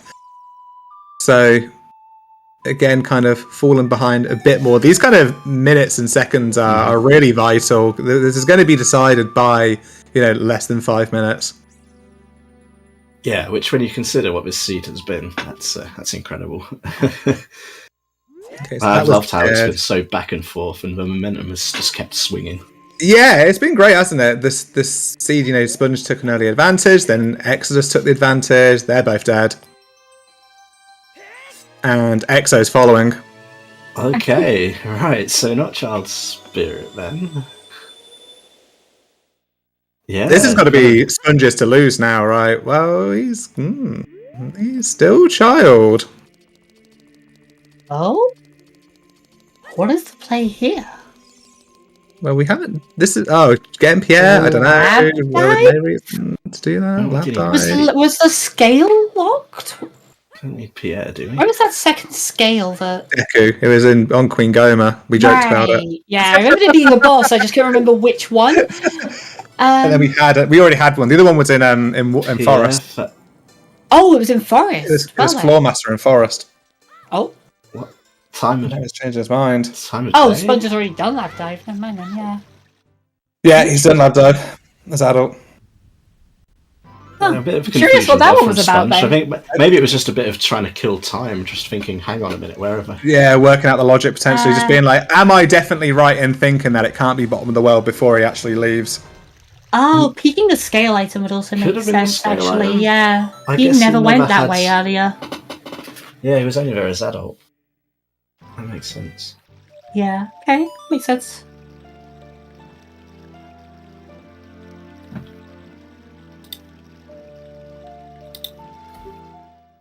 The other scale was in the first scale we found was in the Forest Floor Master chest. Now,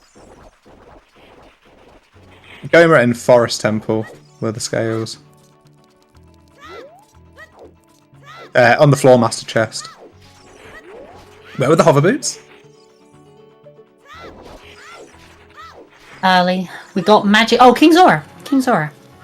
King Zora. Well, that's not locked by. So you can get that Floor Master scale by using the hover boots. Right, right. Sponge, what are you doing in water? Could pay out, but I mean, GTG's got to be the play, I would have thought. There good are thing is strength it does box have- checks here. Yeah, does have time in GTG even with this because of having done. Yeah, even assuming Exa goes GTG straight away. It's still, Yeah. still still a few minutes to play with. And that's the thing. Yeah. Exodus, if it is in Strength 2 in GTG, Exodus does need to do, the Stalfos fight, the Wolfos fight, collecting the silver rupees. And that's if Exodus goes left first. If he goes right first, then I don't think you would do right first, because then you resign yourself doing toilet. Oh. Sponge is really second guessing himself right now.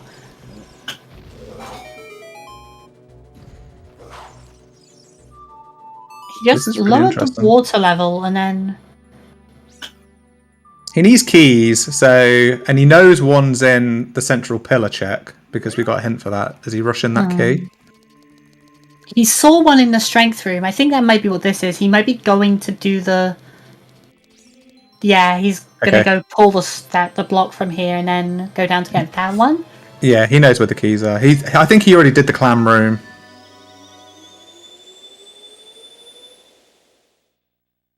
Does that mean he also skipped compass chest? No, looks Yeah, like he's going yes. back. He's going there. Yeah, Yeah. must have done. So Exo's playing Nocturne, probably to pick up Serenade. Mm-hmm. Man, this is just exciting, isn't it? This is just like It's a squeaky bum time. Crazy race. Like, it's so impossible to call.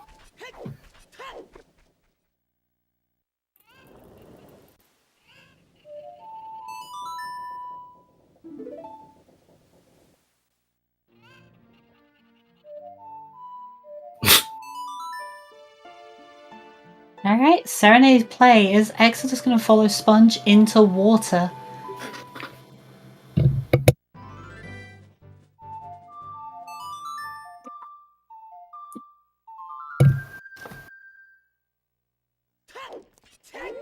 Yeah, it's just the classic meta play of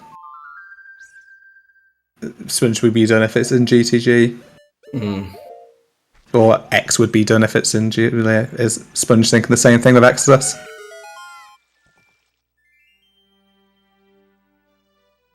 I mean, both runner knows how good the other one is. It can be very tempting to out-meta yourself.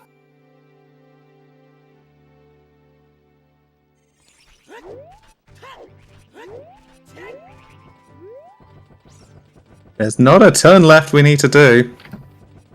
We're running out of checks that actually exist. Alright, yeah, so that's as we just hit happy 3 hours as well.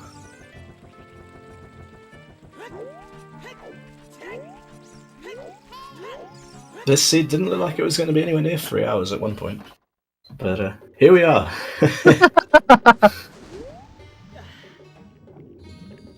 Big thanks for Sponge and Exo for allowing us to watch this really exciting match. So this is absolutely fascinating. We said this right at the start that this match could be a final. Like, people predicted this to be a final, and that we've got this here in the losers bracket is just really good. Who else we got? What are we doing? Waylon and Lazy stepping in kind of last moment as well to track. So thanks very much for both of those. We've got Race Monoton's Pappy Grant. Tobias is restreaming. I'm Chuckles. The other ginger person is the other English person is Ginger, and the other English person is Yoshi.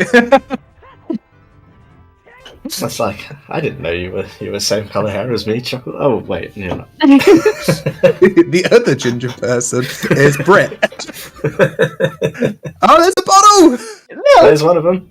That's our third one then, because there was one on 30, right? Oh yeah, that was a Poe bottle. Poe bottle, yeah, of course. There we go. Oh, Exo's also in water. Exo's in water as well. Yeah. No, I think.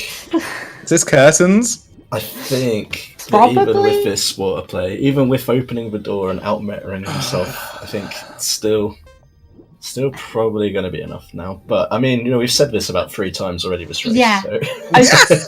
I was going to say, either the race is over at this point, or there's something we've forgotten about. But at this point, I would believe either.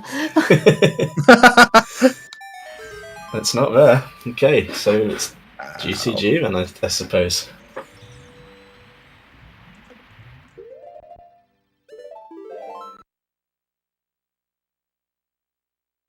And here's the reverse to GTG.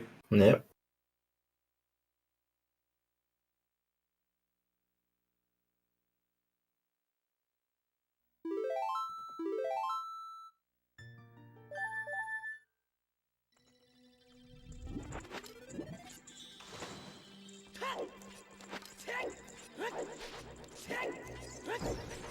Yeah, sunblock room's definitely the last key.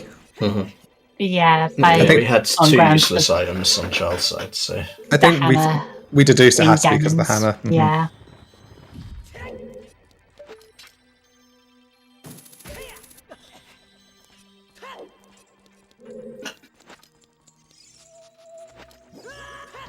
Which is beautiful for Spirit logically, by the way, because that means that you had to get a key from adult side logically to then go over to Child Climb in the sunblock room to get your 2nd and 3rd keys, so you can go back to the lobby to get your 4th, so that you can go near the top to get your 5th.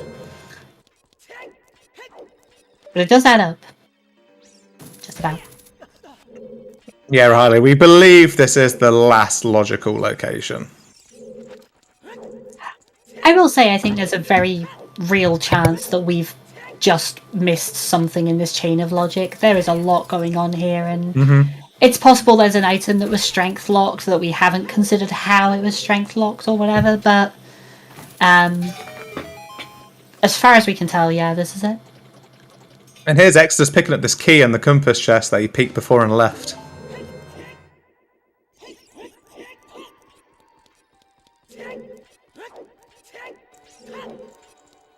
Oh, Sponge is really happy that it got changed in Rando, that this guard is on this side in all instances. Yeah.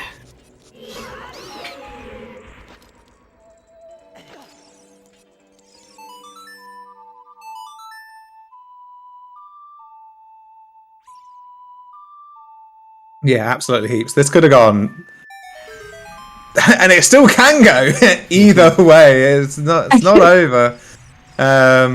But yeah, it's been flip flopped so much, and it's just been an absolute delight to watch.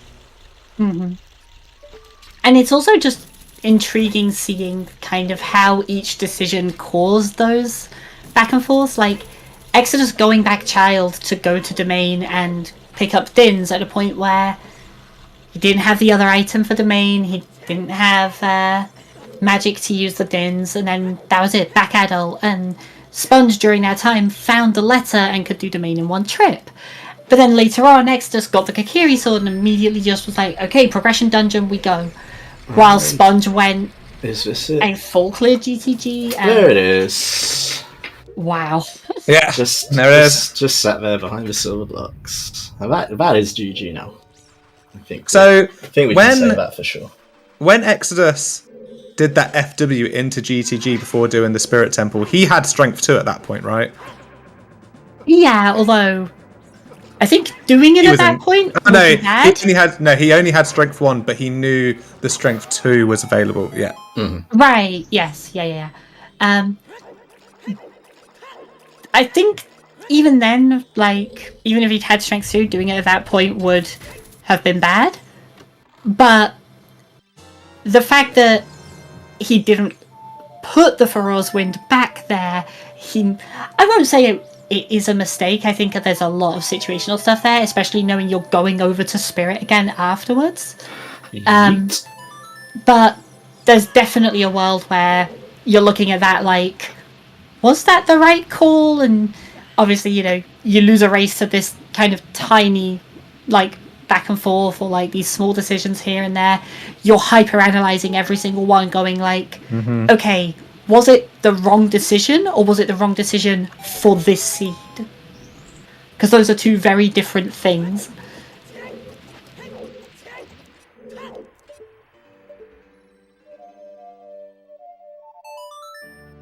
Yeah, kind of didn't say anything about it. Maybe needing it to be Strength 2 lock, because we did have the path to PG, and we also had the path to Twin Rover as well. Yeah, both of those pointed at the first Strength in Shadow. So the question then was, is Frogs 2 locked by Strength 1? Because if Frogs 2 is locked, then you would be able to just kind of, okay, that's logical Strength 1 and it's path to both, and you move on. I think the real question was whether Frogs was available, and honestly, I'm still not 100% on the answer. Yeah. I think the general consensus was that it had to be Strength 1 locked, because the Strength 1 was path regardless to get the Strength 2 on Frogs. But so you needed Strength 1 in order to get to Strength 2 to get to Twin Rover. Strength 2 could have been available either way, but you still need that Strength 1 before you can get to Twin Rover, regardless of where Strength 2 and 3 are. Yeah. So it wasn't that we needed... It wasn't that it was locked behind the 2 strengths, it was just that one locked 2, which locked 3. Yeah. But, obviously, the way it worked out, it was both. It was... Yeah. Strength 1 had to be your Strength 1 because Water was 100% Strength locked, and then Frogs had to be your Strength 2 to get to Gerudo Training Grounds for the Strength 3. So, yeah, it ended up working out both ways, I think. Really cool race. Really, yeah. I've kind of said a lot recently. Like, I feel like a lot of the current settings, a lot of the logic is very linear. You show me a top runner who gets tripped up by wasteland logic or forest access logic, and like, I'll show you somebody who is probably not a top runner. Right. But every so often it throws a kind of wrench in the works. This one really, really took us for a ride with the logic. Yeah, this needed a good assessment of the logic and where the pathins was taking you, and yeah, like proper high level to be able to work that out. Which it seems like Sponge did work that out, because he never went to bottom of the well, which is the densest location, but logically not where it is, so...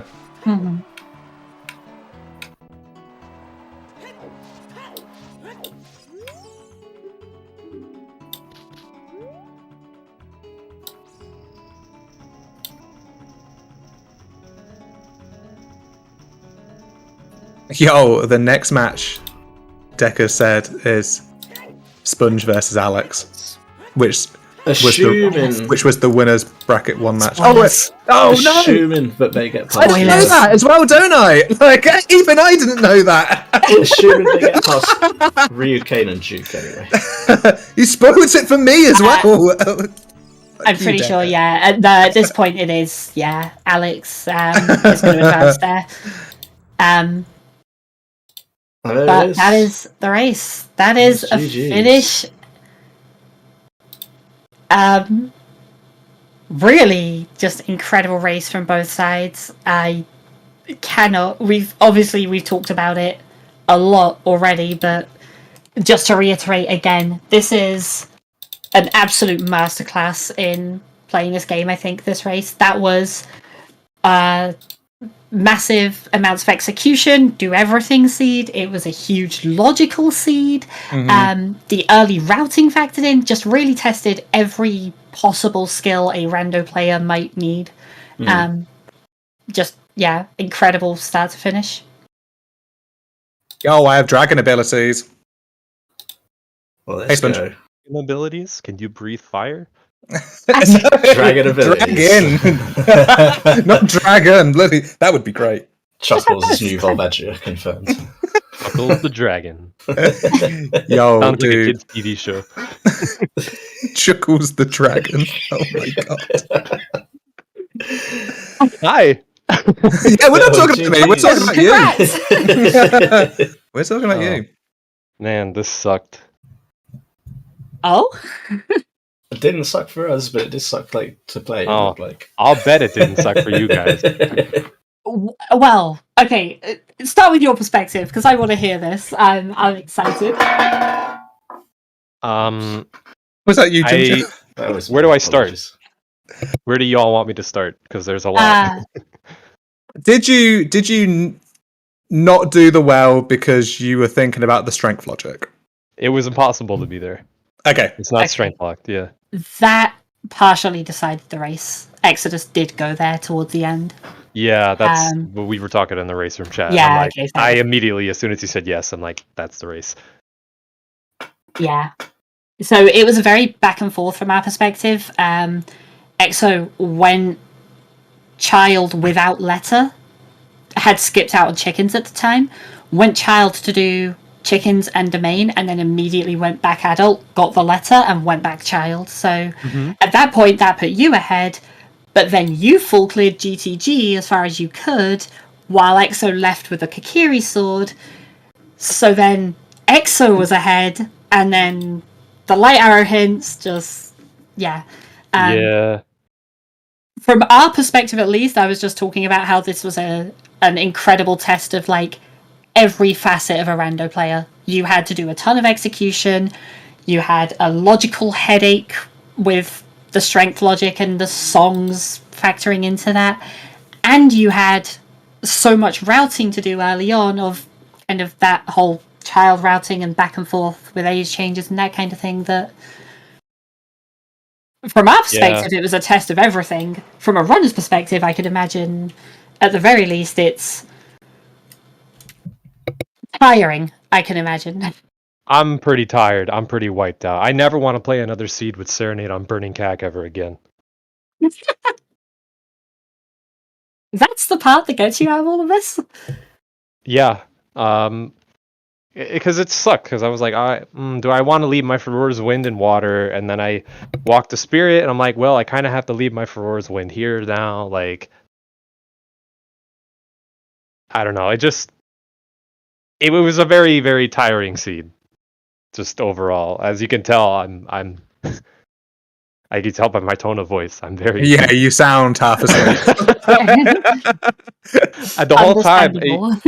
You know when you're racing and you're doing a race and you get to a point in the seed where it's like, I'm kind of just waiting to lose. You realize I fucked this one up, but you're playing to be respectful, but if you had the choice, you'd just stop playing. I felt like that at the end of the seed, and kudos to Exodus. This is a really hype match to play. But it's like, we take those. It's tough because I heard he was ahead going to the late arrow hint, so it's like Yeah, he was about a couple of sometimes minutes it'd be ahead like of you. that, but Because you you did take catch some some- good fortune at the start by getting that Rutos letter.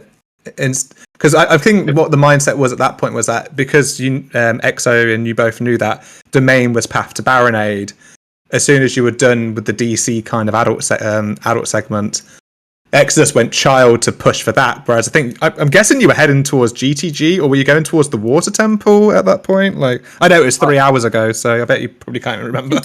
Nah, I got it. I was going to GTG. I thought about after I picked up the letter just going to GTG anyway Yeah. and continuing, and that would have been the Uber God route because then you pick up the Kokiri sword, and at that point you're like, okay, I have Jabu potentially because you don't know the boomerangs in domain, but you can guess it's there, and Deku, and then you get the mirror shield on your way to Deku, and then you get the long shot in Deku, and then you walk to water, beat it, get your strength 2, like that's just the Uber God route of God routes if you make that play, but I was worried about that because I'm like, I could totally see Exodus to just keep going here, being like, I don't want to do Jabu right now. Yeah, and we said that when we were doing them at the time because in the order that Exodus did it, because of course he went to domain first, got the rank, then got the letter, and we even said like the safe play is going to Jabu because it's a progression dungeon, but the ballsy play would be continuing going to GTG because Jabu didn't unlock a song. You're just kind of doing 4 checks in Jabu, and that was kind of what happened in the end. You unlocked Ice, which was the other consideration. Yeah, Jabu did unlock a song, just in the form of Ice Cavern. That's why I ultimately decided to do that first before going to GTG, because there's a 66% chance Ice is just hard required for this strength upgrade on Frogs 2. So I'm like, well, I'm going to do this, and then I'm going to do Ice Cavern, and Requiem could be in there. I didn't know it was OOT at the time. Requiem could be in there, and then I don't have to cross, because if you go to GTG, like, you pretty much have to cross. And I don't want to cross for Minuet ever, so I'm like, I'm going to do Ice first, just so I know what's over at Colossus. Like, whether it's Minuet or guaranteed a Frogs 2 song, like, kind of how I felt about that play. Yeah, I can't even remember where the Makes a lot of Requiem OOT hints were now. Like River. River, okay. Yeah. I got it on my way up to do job. Yeah. And the stuff at the end there, I saw a lot of stuff in chat about like, oh, this is like metagaming, and yeah, it was pretty much I looked at the situation and I said, okay, you're gonna do Ganon's Castle first. That's 99% of players are just gonna do Ganon's. Wow. Okay. Well, that's why I said 99% of players. Yeah.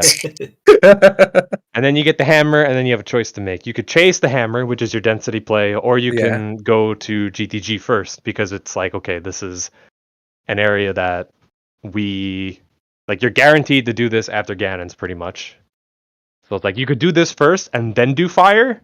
That way, if it's not in fire, you don't clear an entire dungeon for nothing. So when it wasn't in fire, and it wasn't in Child Spirit, then I was like, okay, well, now I kind of have to do water first, because there's a world where Exodus will do the strength 2 lock checks first. And I did not feel ahead by any means. I was like, I felt like we were tied.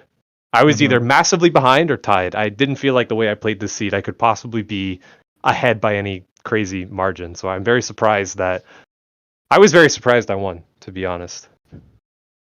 I think that's the glorious thing about these 1v1s. Because I think if this was a 100-person qualifier, I mean, you probably would have forfeited way before. So it depends on what qual number it is. If it's qual number 1, I'm taking my 65th on the chin and just moving on. Like, but because it was a 1v1, because you're racing, this is the best thing. Like 1v1s is kind of where OoTR should be all the time. Like it's the best part of it, and like people can take decisions either way, and in those because of the way that you two took these decisions, we had this kind of seed, and a different kind of seed, it would have been, you went to GTG straight away, but this happened, and it was good for you in the end. Yeah, I don't know how the universe keeps aligning the stars for me. Like, You're on the 6-win loser streak now, though. It keeps going. Is that second all time now? Yeah.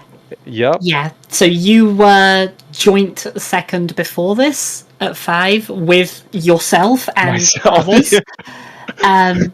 This now puts you, ahead of you and a few others. All right, let's go. Let's keep it going. 2 more off to tie the record. And we do know who your next opponent is. You won't, because that match finished while you were racing, unless you saw it in the stream chat while you were here earlier. Please. You get the grudge match. You get the revenge. Oh, you gotta be kidding me, Beepos. Come on. I don't want to play Alex. I mean, I think Alex has still got one more losers round to get through before. No, I think Jukes had to drop out of the tournament. So he did. Yeah. That's correct. So Alex will move through, It is Alex, and then yes. so yeah, it's Alex and Sponge again. Wow. Let's go. I don't think Sponge is feeling that way. Alex has more plot armor than I do.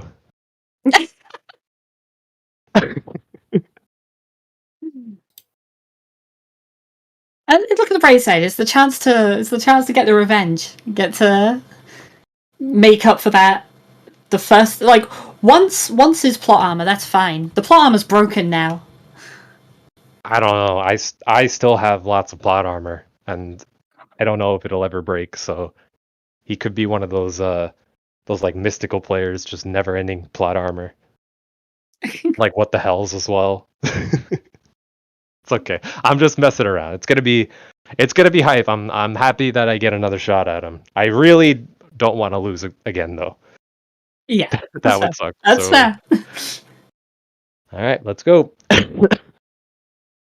Yeah. Good luck in that one. GG's again. Keeping the loser streak run alive and looking forward to more. All right, let's go. And I think that's about my cue to wrap us up, isn't it? So, I want to take the opportunity to say thank you once again to everyone who made this restream possible. Thank you to our wonderful runners, Sponge and Exodus, for putting on a heck of a show. Congratulations, Sponge, for moving on. Commiserations to Exodus for reaching the end of the road. Thank you to our trackers, who are Waylon and Lazy today, who made sure that we were very well informed about what the heck was going on with this seed. And thank you, obviously, to our trio of great British commentators, Yoshi, Chuckles, and Ginger Sonny, for their insightful commentary about this match. And finally, thank you, chat, for watching. We have on Zelda Speedruns upcoming, looks at calendar, on Monday, 9:30 p.m. UTC, that is 5:30 p.m. Eastern, the Link to the Past Randomizer Survivors of Hyrule tournament, the quarterfinals match between Dante and Skele. On Tuesday, 4 p.m. UTC, that is noon Eastern, Breath of the Wild all Dungeons tournament. Still in the group stage, but I'm hyped for some Breath of the Wilds. Especially leading up to the release of Tears of the Kingdom. And for now, though, let's head on over to Zelda Speedruns, the main channel, where there's the No Major Glitches League Season 3 going on. The Tower of Hera division has a match going on between Bidey and Eriror. We'll see you there, and thank you once again for watching. Bye, everyone!